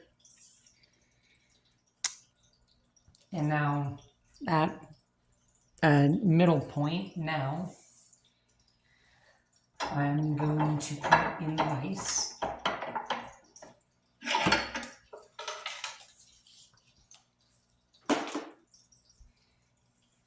Now this strand where we've got the guts coming out,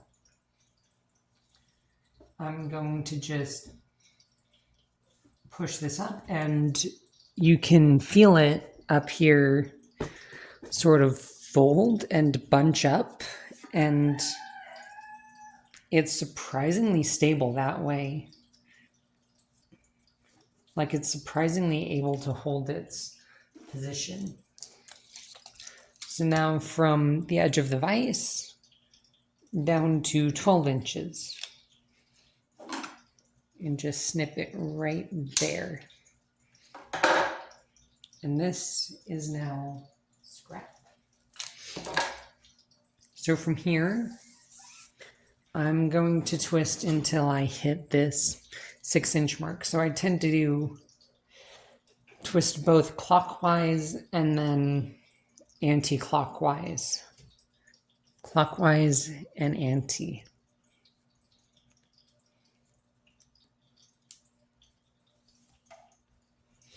And this is just my normal habitual way and direction to do a twist.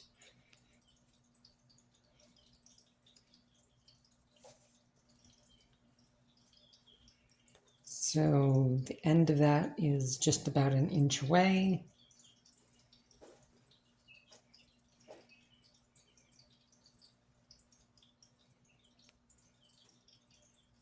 And that feels like it's right there.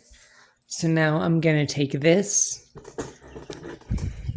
just adjust the camera real quick. I'm going to take the shorter of these,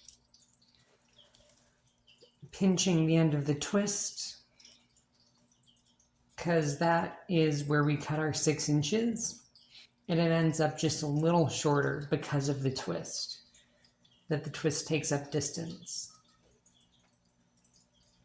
So now I'm going to find 18 inches, pinch right there. So this is my 18-inch point. Just give me a quick snip.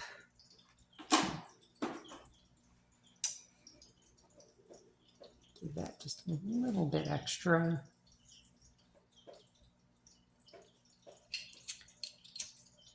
And just a little bit of a melt to get that point.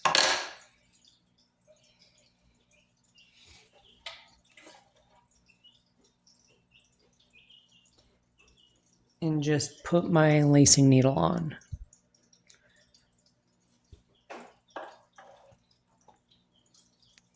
All right, so that is where our first bit of the core strands end. And now I'm going to feed this in.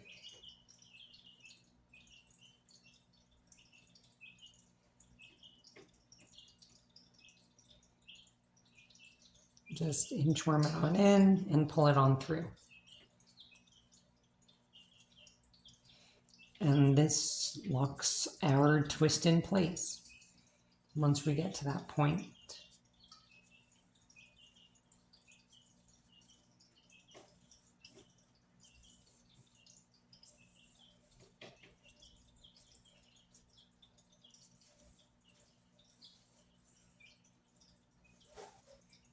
There we are. So now I'm just going to take this needle, poke it through, and untwist. Then run my fingers down just to pull this even. And that's our 2-foot fall. So now it is almost time to prepare this. All right, so before putting the fall on here, I like to prepare this end just for the sake of making a good measurement. and getting it cleaned up first.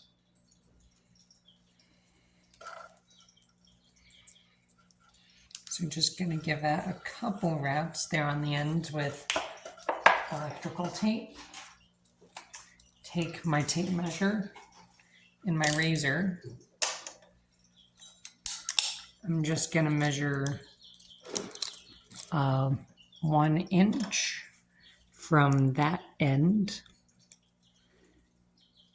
and just give a little bit of wiggle room right at about 1 inch. So that mark there is where I start cutting. So now I'm just gonna take this and go around. That's gonna need a new blade. I'll be right back. I have returned with a fresh razor blade. So I will now be cutting around the outside of this tape, just carefully going around.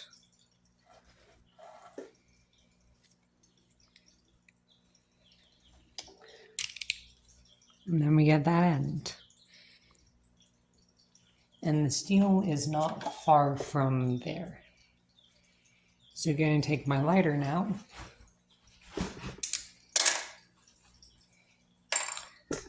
And just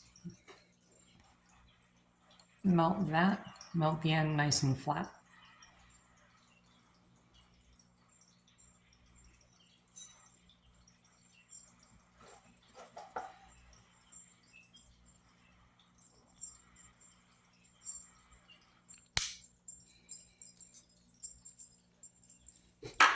The cat just came into the room.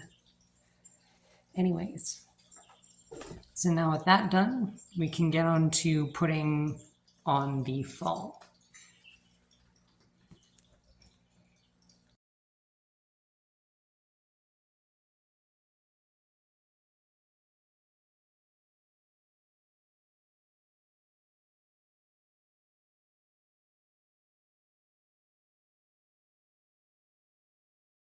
So to start, I'm just gonna put this on, just make it easy.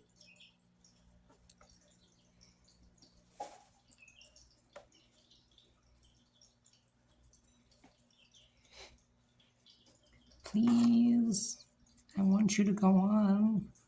Thank you. It always helps to ask nicely. So from there, I'm going to measure from this end and just take it to my 6-foot point, which is here.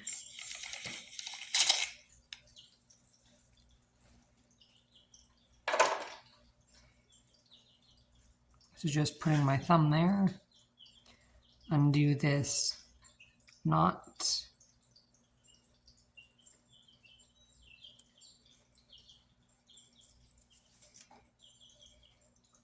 and undo it just a little bit till I get to 6 feet.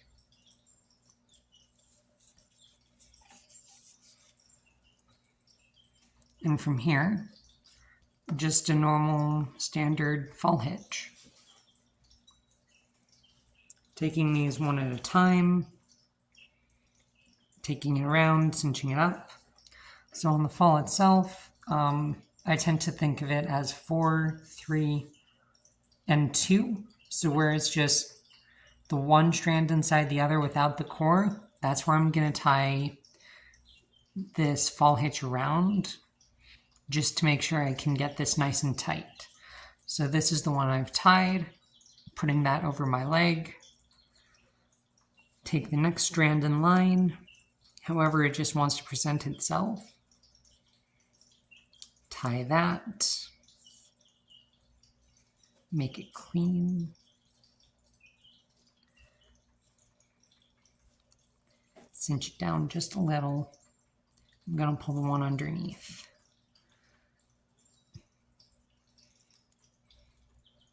Just while it's nice and loose, just adjust things, make it look cleaner. I'm going to pull these two just to make those sit a little better. Number 3.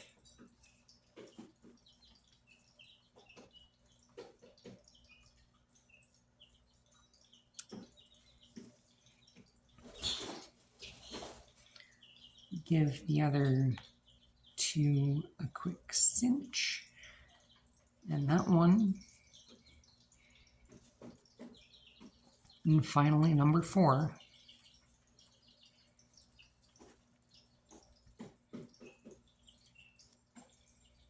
Put that around. Cinch it down. And I'm going to put this back over this leg, just as a little reminder. And pull these in order. So they tend to arrange themselves as first, second, third, and then fourth.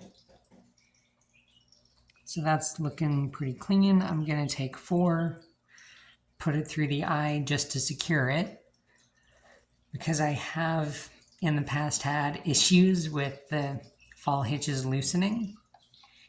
So now here's the fall. I'm just going to pull that through. And with the tapered twist, what I find in order to get it to sit properly is you actually need to twist while you pull the fall through. So you need to untwist as you pull.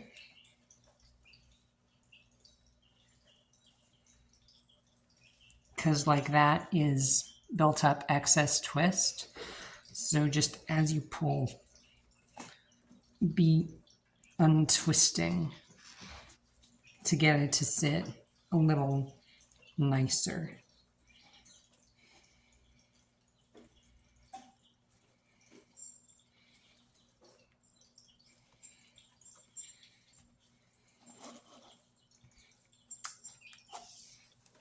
Then just the standard snip and singe.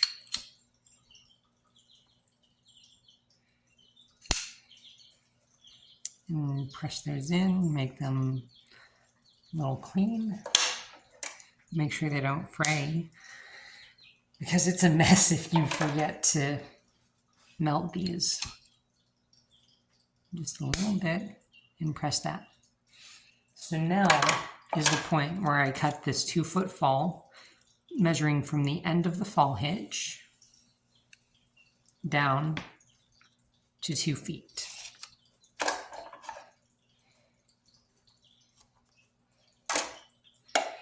And then just give it a little singe. And that is our fall. Time to get on to the knots. All right, so for this particular whip, I'm gonna do things just a little bit differently. Normally I would do like neoprene and some sort of end cap. For this, I'm going to do a braided end. So this is the same method that I use for doing wrist loops. It's just a little bit different. Basically, if you wanted to do a wrist loop, you would just make the smaller strap longer. So for this, I'm going to figure that's about 3 inches. So I'm going to take a foot and double that for the next side-ish, just to give me some room to work with. So for this, I'm using a different orange. This is Solar Orange from the Paracord store instead of the International Safety Orange. So I'm going to cut 3 strands of this and 1 in red, just to give it a bit of a slightly more mottled look when it gets to that point.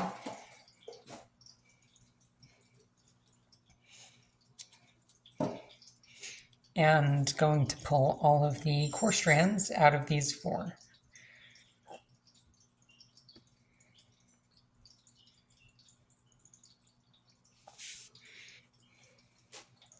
And fold these in half. And I'm just going to start, like so, and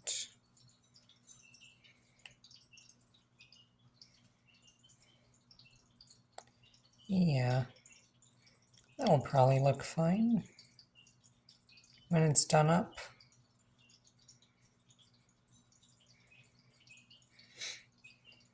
Like just a little uneven, but I do want like that little uneven randomness just to give it like that fiery look.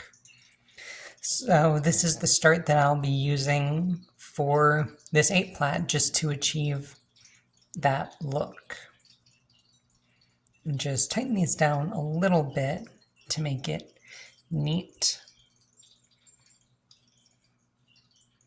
So it's basically like, it's similar to a square start in round braiding, if you're familiar with that, as for what I've done here. And just do a little out of the vise just to get it established.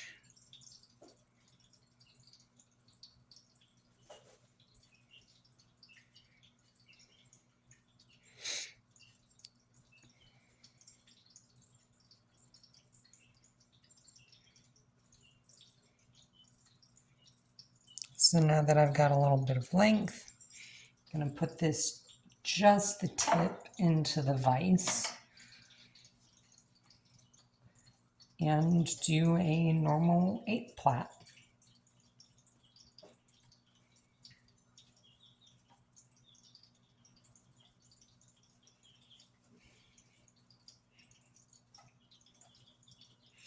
And I'll just do this for a couple inches until I think it's long enough to cover the end. I'll see you once I have finished this 8 plat.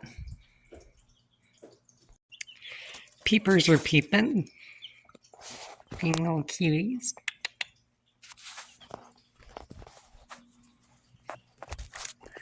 Alright, so back to whip making. I'm now about to start on the what would be a wrist loop.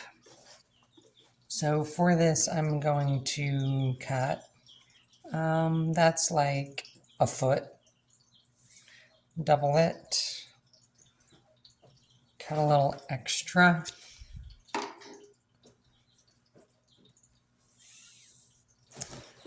do another.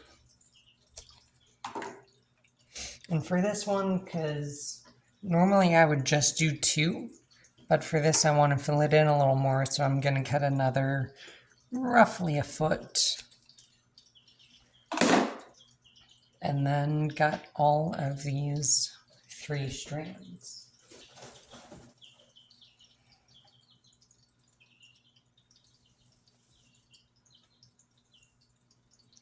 Fold the longer 2 in half. I'm going to put the 3rd one kind of in the middle.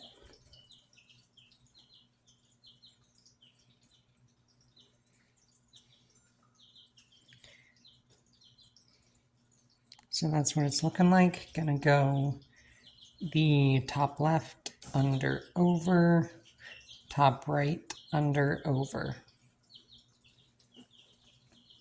And that is our 5 plat pattern started. gonna do a few more under-overs just to give a little more distance.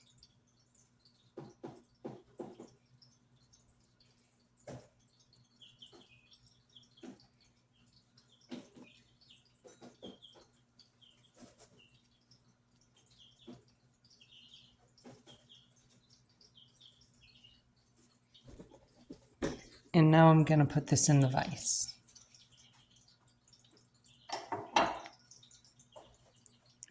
Just lock it in there. Oh, sorry. And continue on under over on the left, under over on the right. And that's our 5 flat braid. Papers are squabbling. And just continue on doing this until we get to the end, just like with this piece.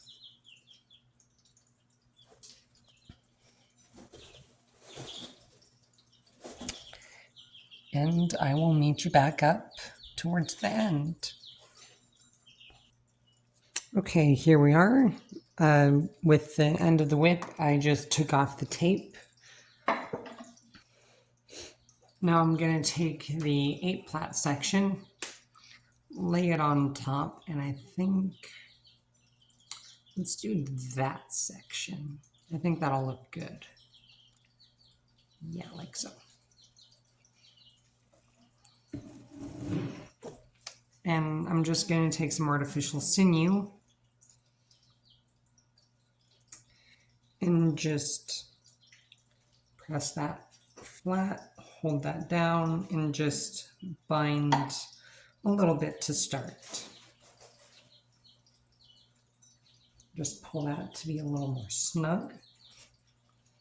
Now I'm going to take our 5 plat piece and just lay it in the gaps. Now this is the same process for a wrist loop, but this isn't big enough to be a wrist loop because I'm going to cut it there and there. So if you were going to make this a wrist loop, just make this like a foot instead of, 4 inches. And that should give you a good sized wrist loop. I also tend to do like 4 plat for wrist loops instead. But yeah, just binding these 2 on. And I'm shooting for an inch. So gonna take tape measure. Okay, so about halfway on that bite is 1 inch. So right about there.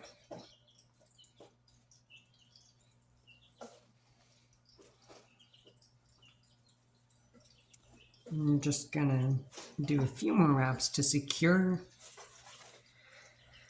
and tie a quick half hitch. Okay, so I'm not gonna cut this quite yet.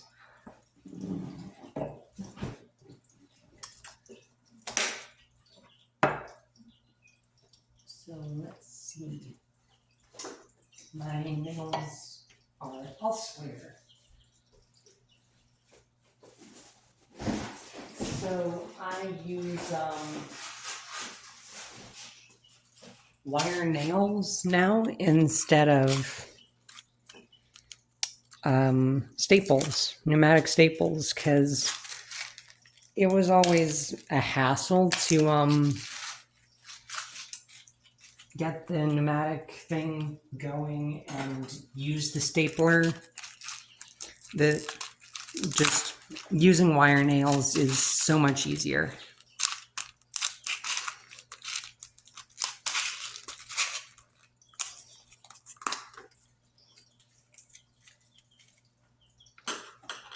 It is a real pain if you do drop it though. So as such, I will be putting that down in there. So for this, I'm going to take out, that's 4, so 12. 7, 8, 9, 10, 11. That should be 12, around about. And then I've just got little tiny jeweler's pliers. And hopefully you can see.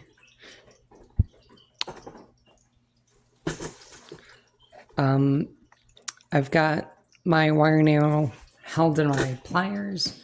Just going to position that where I want.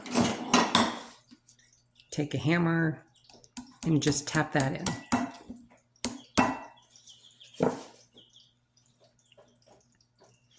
So normally when I do a neoprene, I do 8 nails. When I do paracord, it tends to be 12.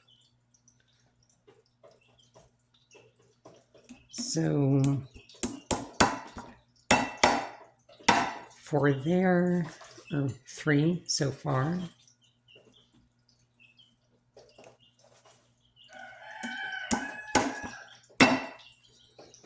That's 4. And then 2 on the straps.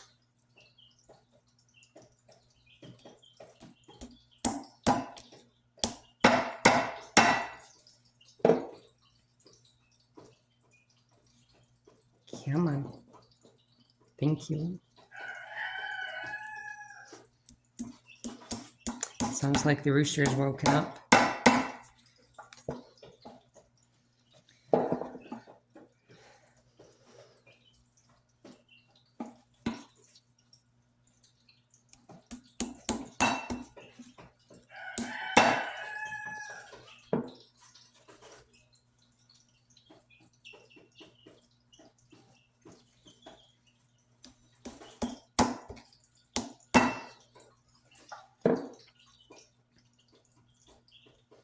Honestly, I do prefer this method of using wire nails instead of staples because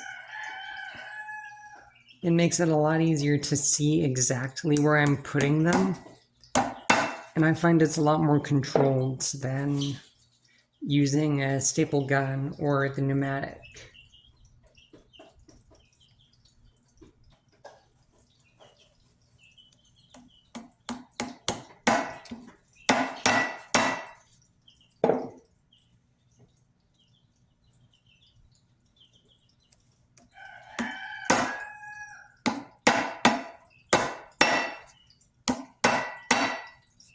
Okay, that's all the staples in. And I will be right back before getting to the next step. Okay, so before continuing on to the filler, I'm going to just trim this. So gonna just cut that right there.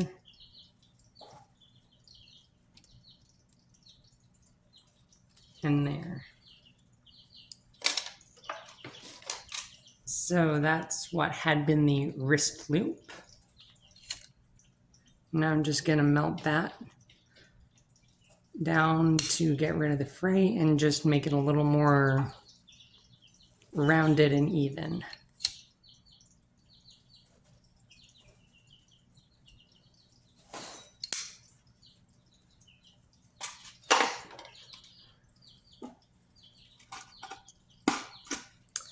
And same with the bottom side here, just give a little bit of a gap around the artificial sinew.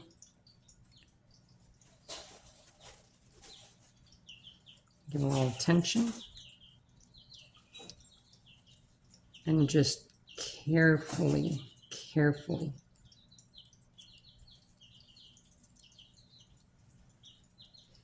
cutting these bottom parts off.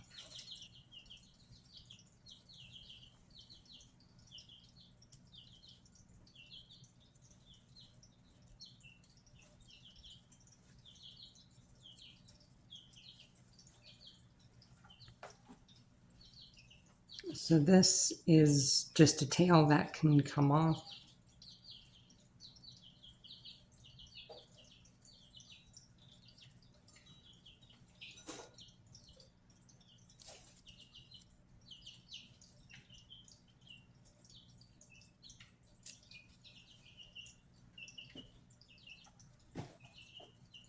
And now careful not to cut this because we're going to need it here in a moment.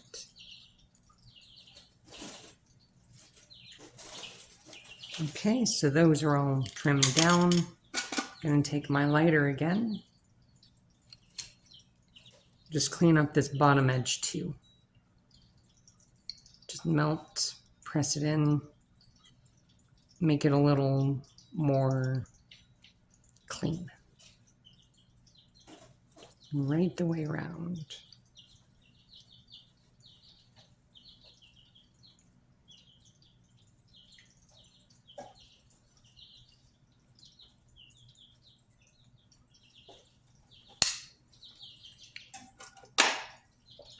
So now here I've got a roughly 1/2 inch strip of 1/32 inch neoprene rubber. Gonna give that a single wrap around, and where that meets, I'm just going to score it just enough so I can see. And that's our cut. So just gonna cut and use this as filler to help bolster the size and shape of this knot. Yeah, a little bit wrapped around myself there.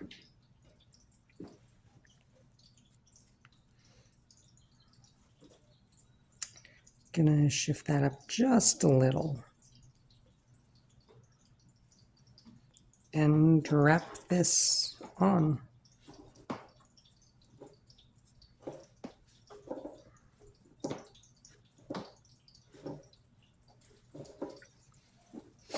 So what I notice is that whenever I'm binding, the back strands tend to bunch up. So to avoid that, I just rotate my work so that it's always on the front somehow. Because if I just stay put, the back tends to get a lot of gaps.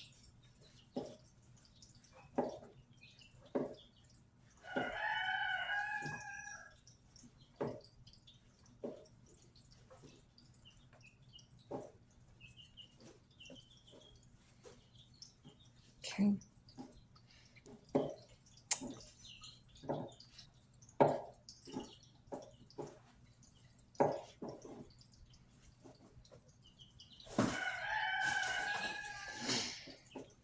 So I think that looks good. I'm gonna do a couple half hitches just to lock this in.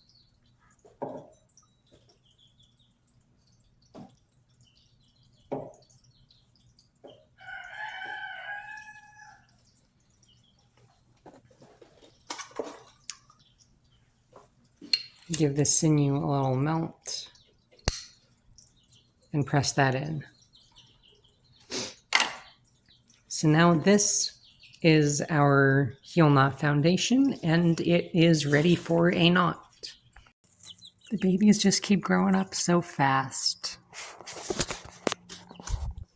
So, time to get on to our last few steps for this whip. So, I still need to make a foundation here, and then 2 knots.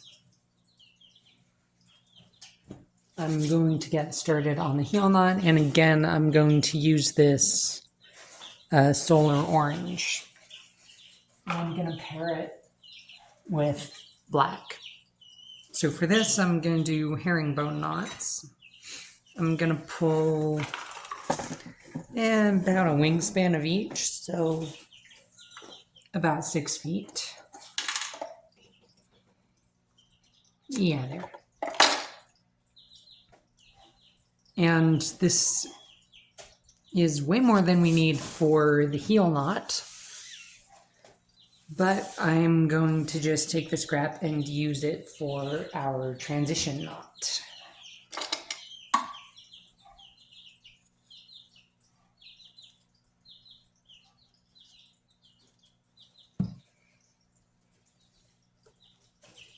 Just snip the angle on those.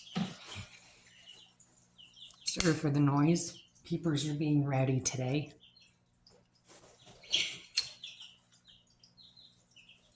Just mount that.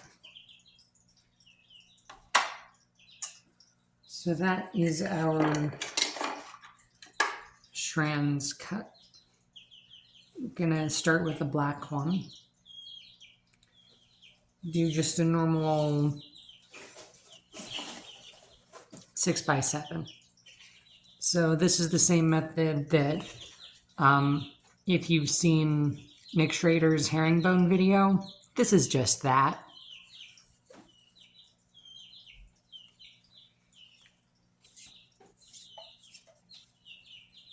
You tie your 6x7 and then you do your interweave. So yeah, probably not a whole lot I need to show.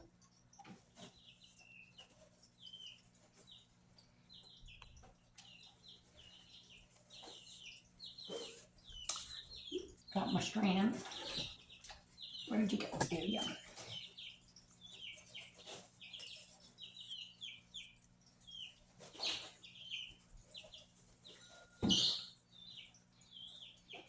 So this is coming up to be our pass to make a 5x4.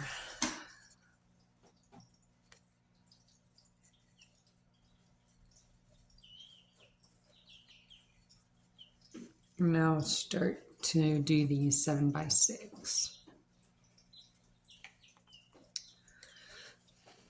So one thing that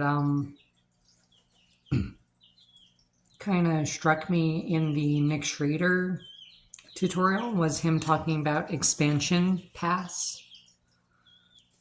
And it kind of struck me that, like, anytime tying a Turk's head, you're doing expansion passes for the most part. Because, like, you start with like a 3x2, you go to 5x4, then 7x6. And then you can keep on going, just going through the same process to expand, just with more overs and unders in between. So just that's the knowledge that kind of helped me figure out, like, oh, this is literally just the same knot over and over. Like, it's the same process to get to this point. So now with that, I'm going to tuck that up in there.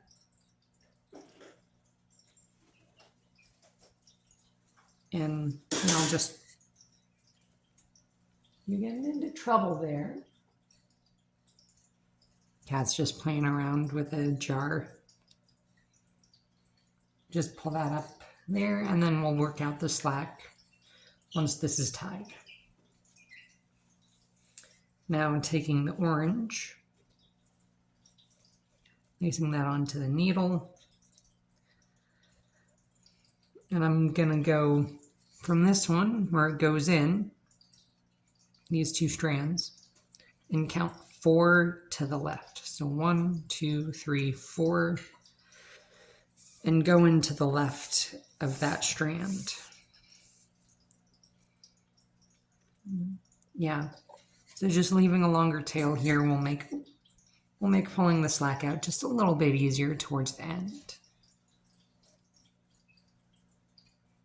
And now just follow going up.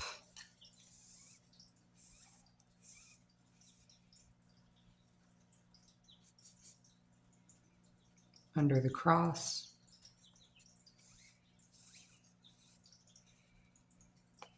And this is the kind of knot where if you just have the basic premise of you split your strands, you can figure out any size and number of passes pretty well. Because like here, it's you go split these two, go under the cross. And for higher and lower, it's the same principle, like 5x4. I might show the 5x4 once this is done. It's the same process of just tie your knot and then split. When you get to two strands next to each other. Like here, split those, go under the cross.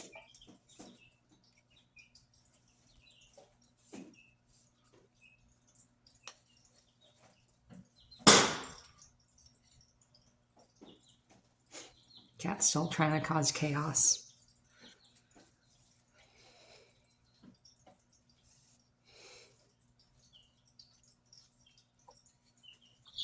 So under, over two, under one, and the cross.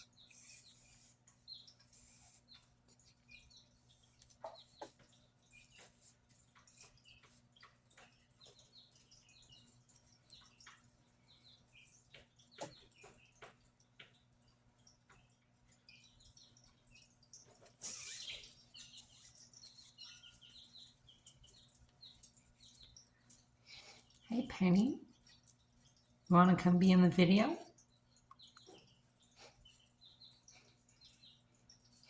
Looking cute.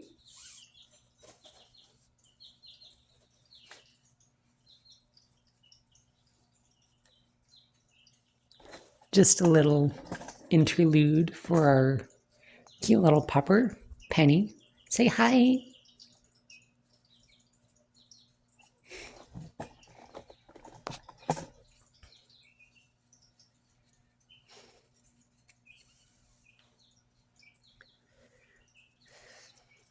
So she's a Cocker Spaniel and Poodle mix. She's not the brightest, but she's still a really sweet little dog. Yes, you are. You're sweet. Just adjust that. Go under the cross and under this final strand and our standing end.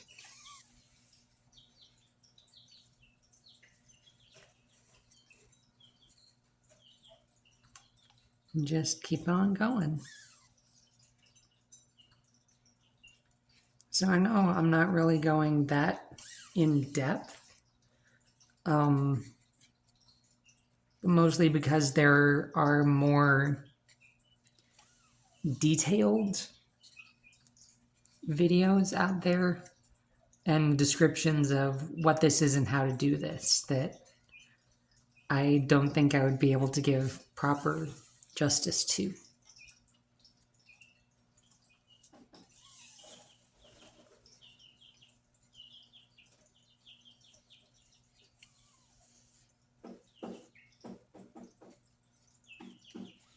Maybe someday I will, I'll make a series of dedicated knot tutorials and videos on like the knots I tie, how I tie my knots.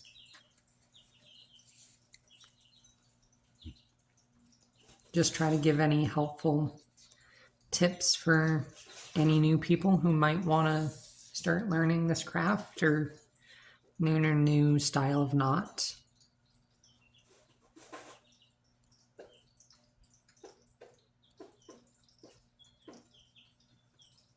Let's see. There we go.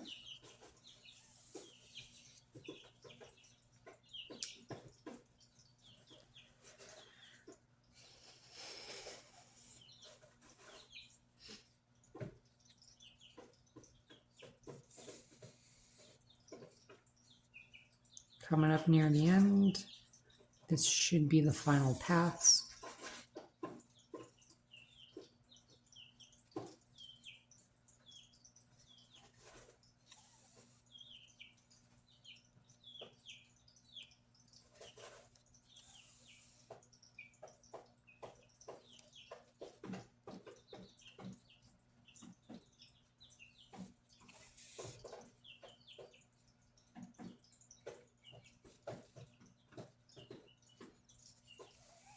So that's right back where we started. Just going to put this back in the same hole and feed it up to the top, just like that.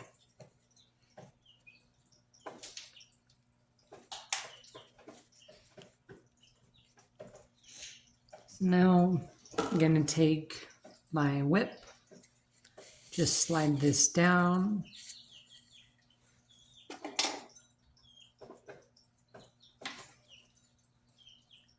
fuse this to the sinew. Just melt the end until it makes a nice little bead of melted plastic, and just press it in. Same over here with this one. On the other side, like a full 180 away.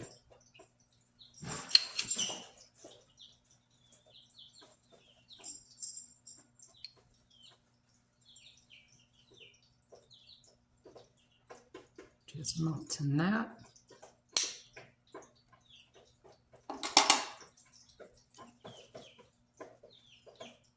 And pull this through to just get that through. And now, same as normal, just tighten it down. I'll meet you when this is tightened. Okay, so I've got this tightened down. It's now time to snip.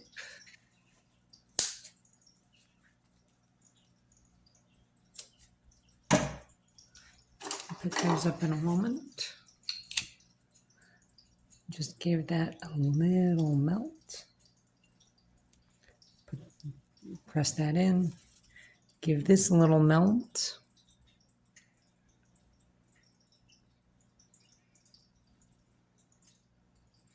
Just being gentle. And press that in. So, with others, I normally see like they have one melt there, one melt there. By putting the tips on the foundation, that helps secure the knot and only makes 2 melty spots instead of 4. So that's this knot done. I'm going to put another here. So this is where this transition pattern becomes helpful. Just securing my sinew for a moment. So this point here and this edge here where the single diamond transitions is where I'm going to be putting my foundation. So just there, wrap that around.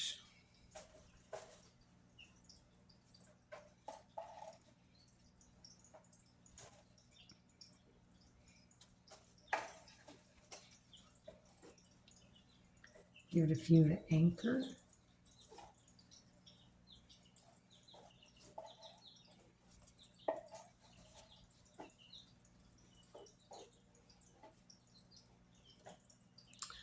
And just keep on wrapping.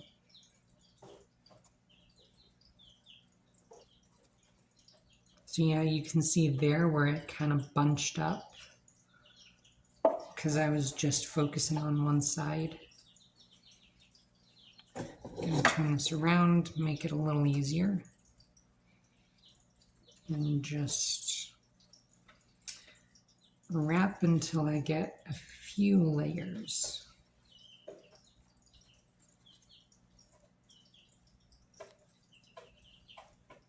Just to get a little bit of bulk and height for this foundation.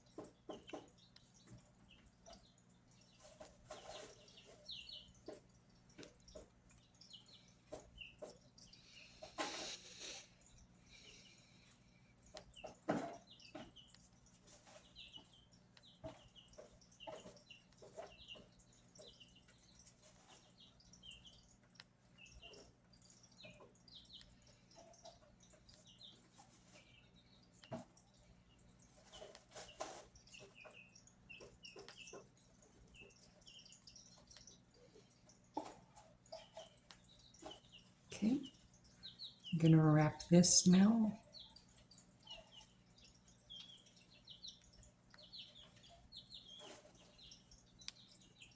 Couple half hitches just to get that locked. And melt in the sinew.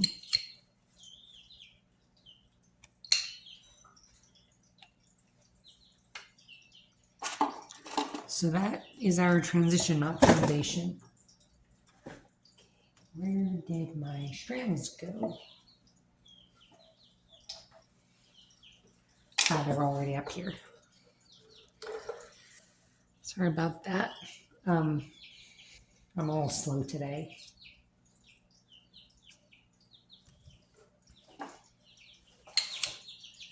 Give that another singe. And a roll. Gonna start with black again.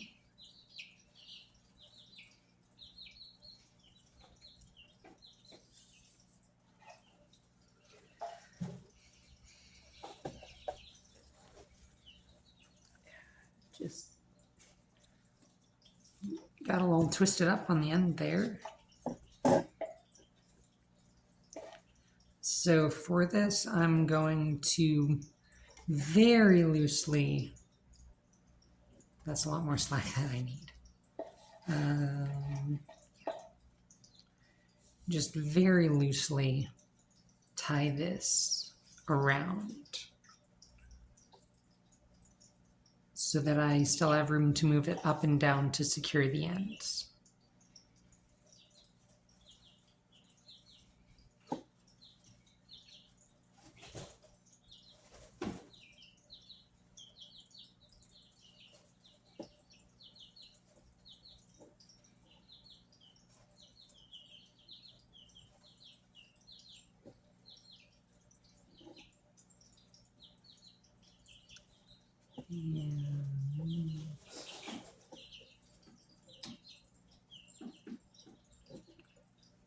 There, gonna pull in just a little, try to pull in a little slack just to get this in at the end here. And I can just unscrew this and feed that up in there because it's still pretty loose.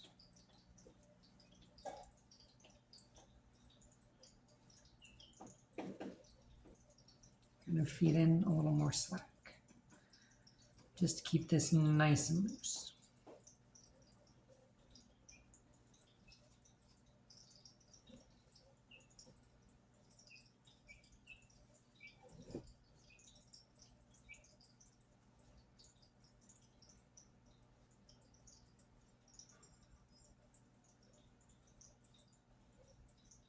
Okay. Getting the second strand. And now to try to get as far from this end, gonna go 1, 2, 3 in on the left. That ought to be enough. And same as the other knot, just smaller. So under that cross there.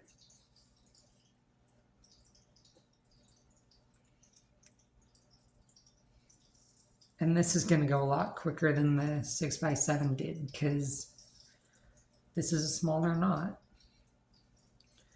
The principle is the same, it's just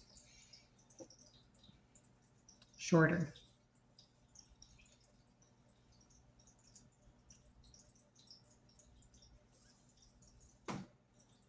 Like the under-over sequences you have to do are shorter, the time it takes for them to come up is shorter. Because here we are, that's already like the halfway point.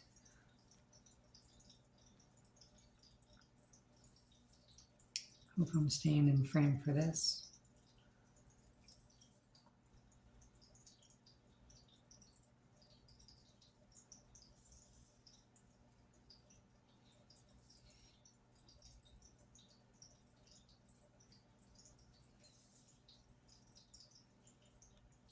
Last pass.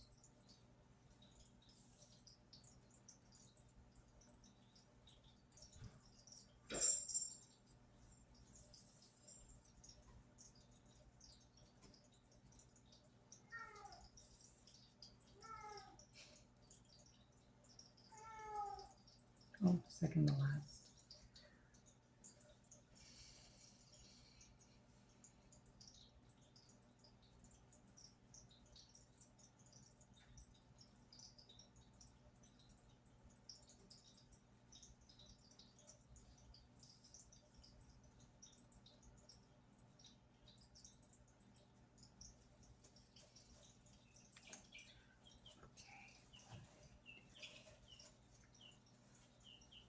I go one too many. Oh, I didn't go all the way through the cross. My mistake. Okay.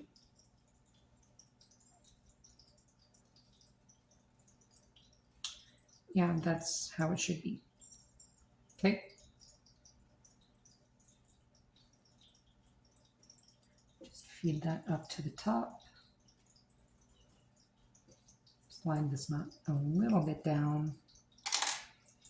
And now same as on the heel knot. Just gonna lock these in place. Make a nice melty bead and press it in. Melted bead, light, please, thank you. Melted bead, just takes a moment. Press it in. Oh, that one came undone. Just needs a little bit more flame.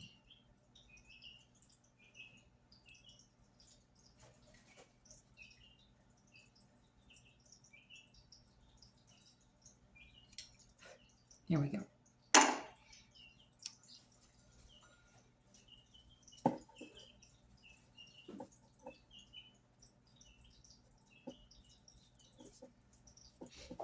And just go through the process of tightening up this knot.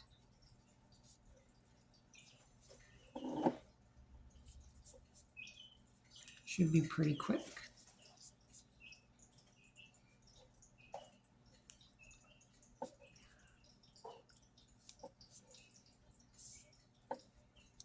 So that's that. Pull this through.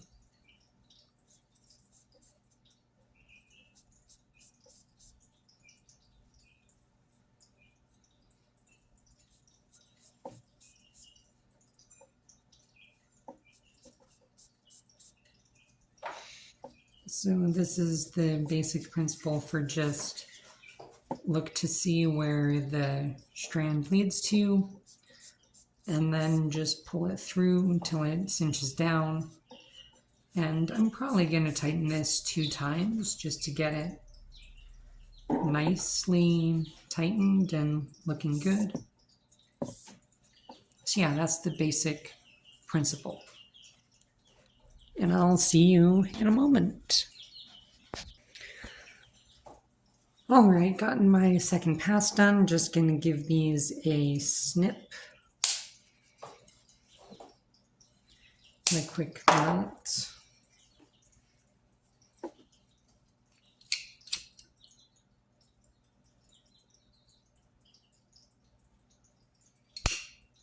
Press that in.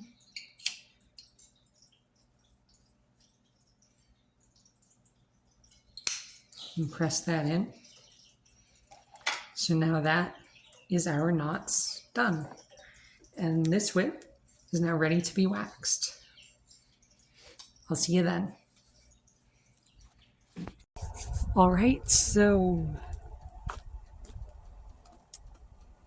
second to last step for me. My wax here is almost done. Here is our wonderful whip. And I've got some others that I'm going to do while I have the wax hot. Just going to put this in.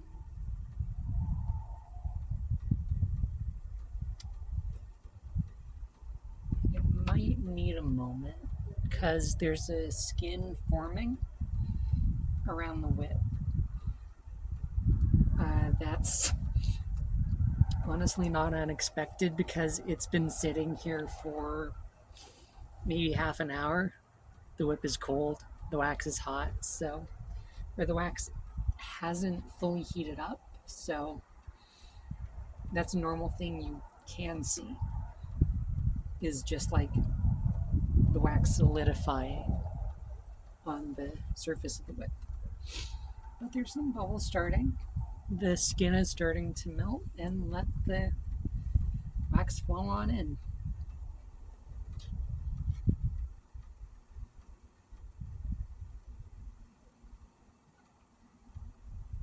Just gotta wait a moment for it to keep on heating up.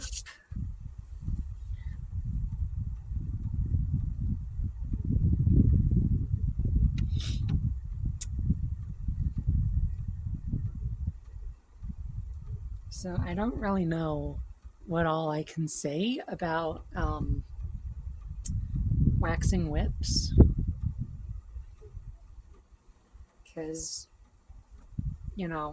most other people say it helps with adding weight, it gives a bit more durability because the wax sticks to itself and then holds the strands together so it frays less. One thing that I have found is, because I tend to plait my whips kind of tight, that the wax actually helps make it a little looser in the end. I don't know exactly why, because heat does tighten up nylon. It makes it shrink. So, like when I had started out whip making, the whips would end up tighter and a lot more stiff after the wax. But lately they've been getting looser, and I think it's because of the added weight, but I don't know. If there's any other whip makers out there that would know why my whips are now loosening, I would be really interested to get your input, learn a bit. It's always fun to talk to other makers in the whip community, so yeah, I'm just curious.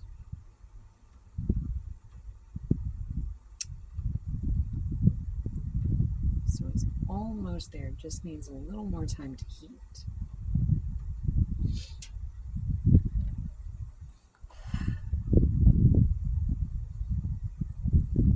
Gonna take 2 paper towels,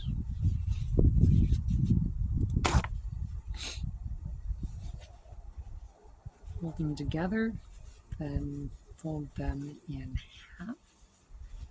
And this is what I'm going to use for wiping down the whip. So it's a bit of a chilly night. I probably should have waited a little longer for the wax to heat up, but gotta work with what we got. Gotta work a little fast here.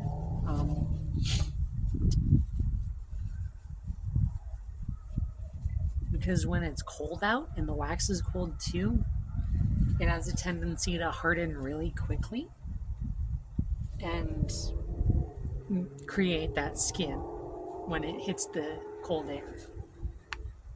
That's why I tend to let the wax just sit and heat and be melted for a while before pulling it out, just to make sure that it's hot enough not to immediately just form that skin.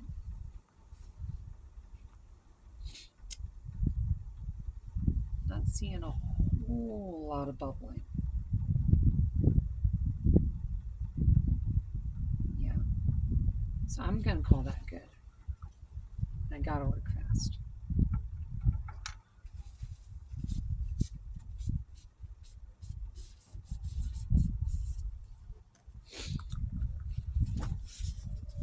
So yeah, I also always start fall first because paracord, yeah, you can see a bit of that there. That's forming the skin. Paracord does retain some heat, but it's also not the best at it. So I always start just blotting all the way down, starting from the fall, because that cools first, generally. So I try to get my excess off the part that cools first.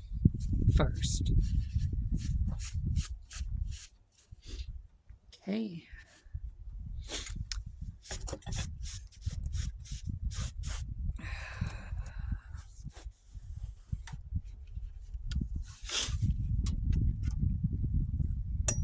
Just need to melt those little fuzzy spots down. Give it a little twist to break the wax. We'll do that again once I'm inside. But that is our whip done. Mostly. I still have one more step. I'll see you at the last step. All right, so now last couple steps. Just gonna get these done real quick. So there's some fuzzy bits along here. I'm just gonna take my lighter, just singe them real quick. Hey, where are you going? Just melt them down.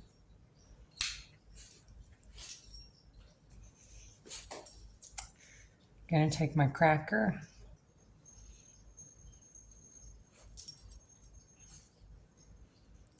Put it on. Just with a simple little knot.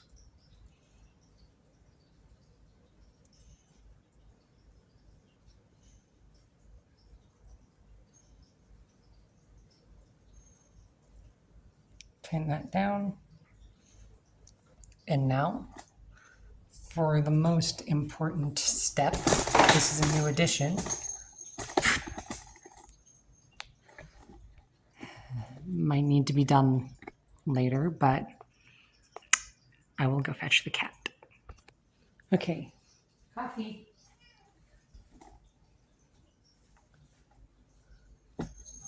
Hey, boy. What do you think? Do you like it?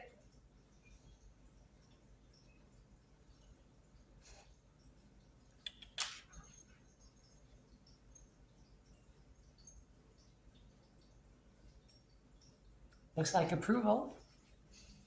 This whip is now ready.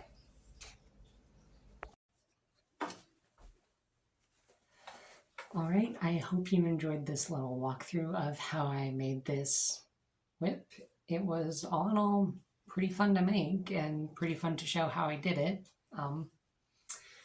This whip will be going up for sale on Contraband Whips at Etsy. If you are interested in purchasing this or any other whips that I have, this has been pretty fun, and I do want to try making more tutorials in the future and just share some of my knowledge with the whip making community and those who are interested. So yeah, I'm gonna try to make more videos in the future. This was fun. I'll see you next time.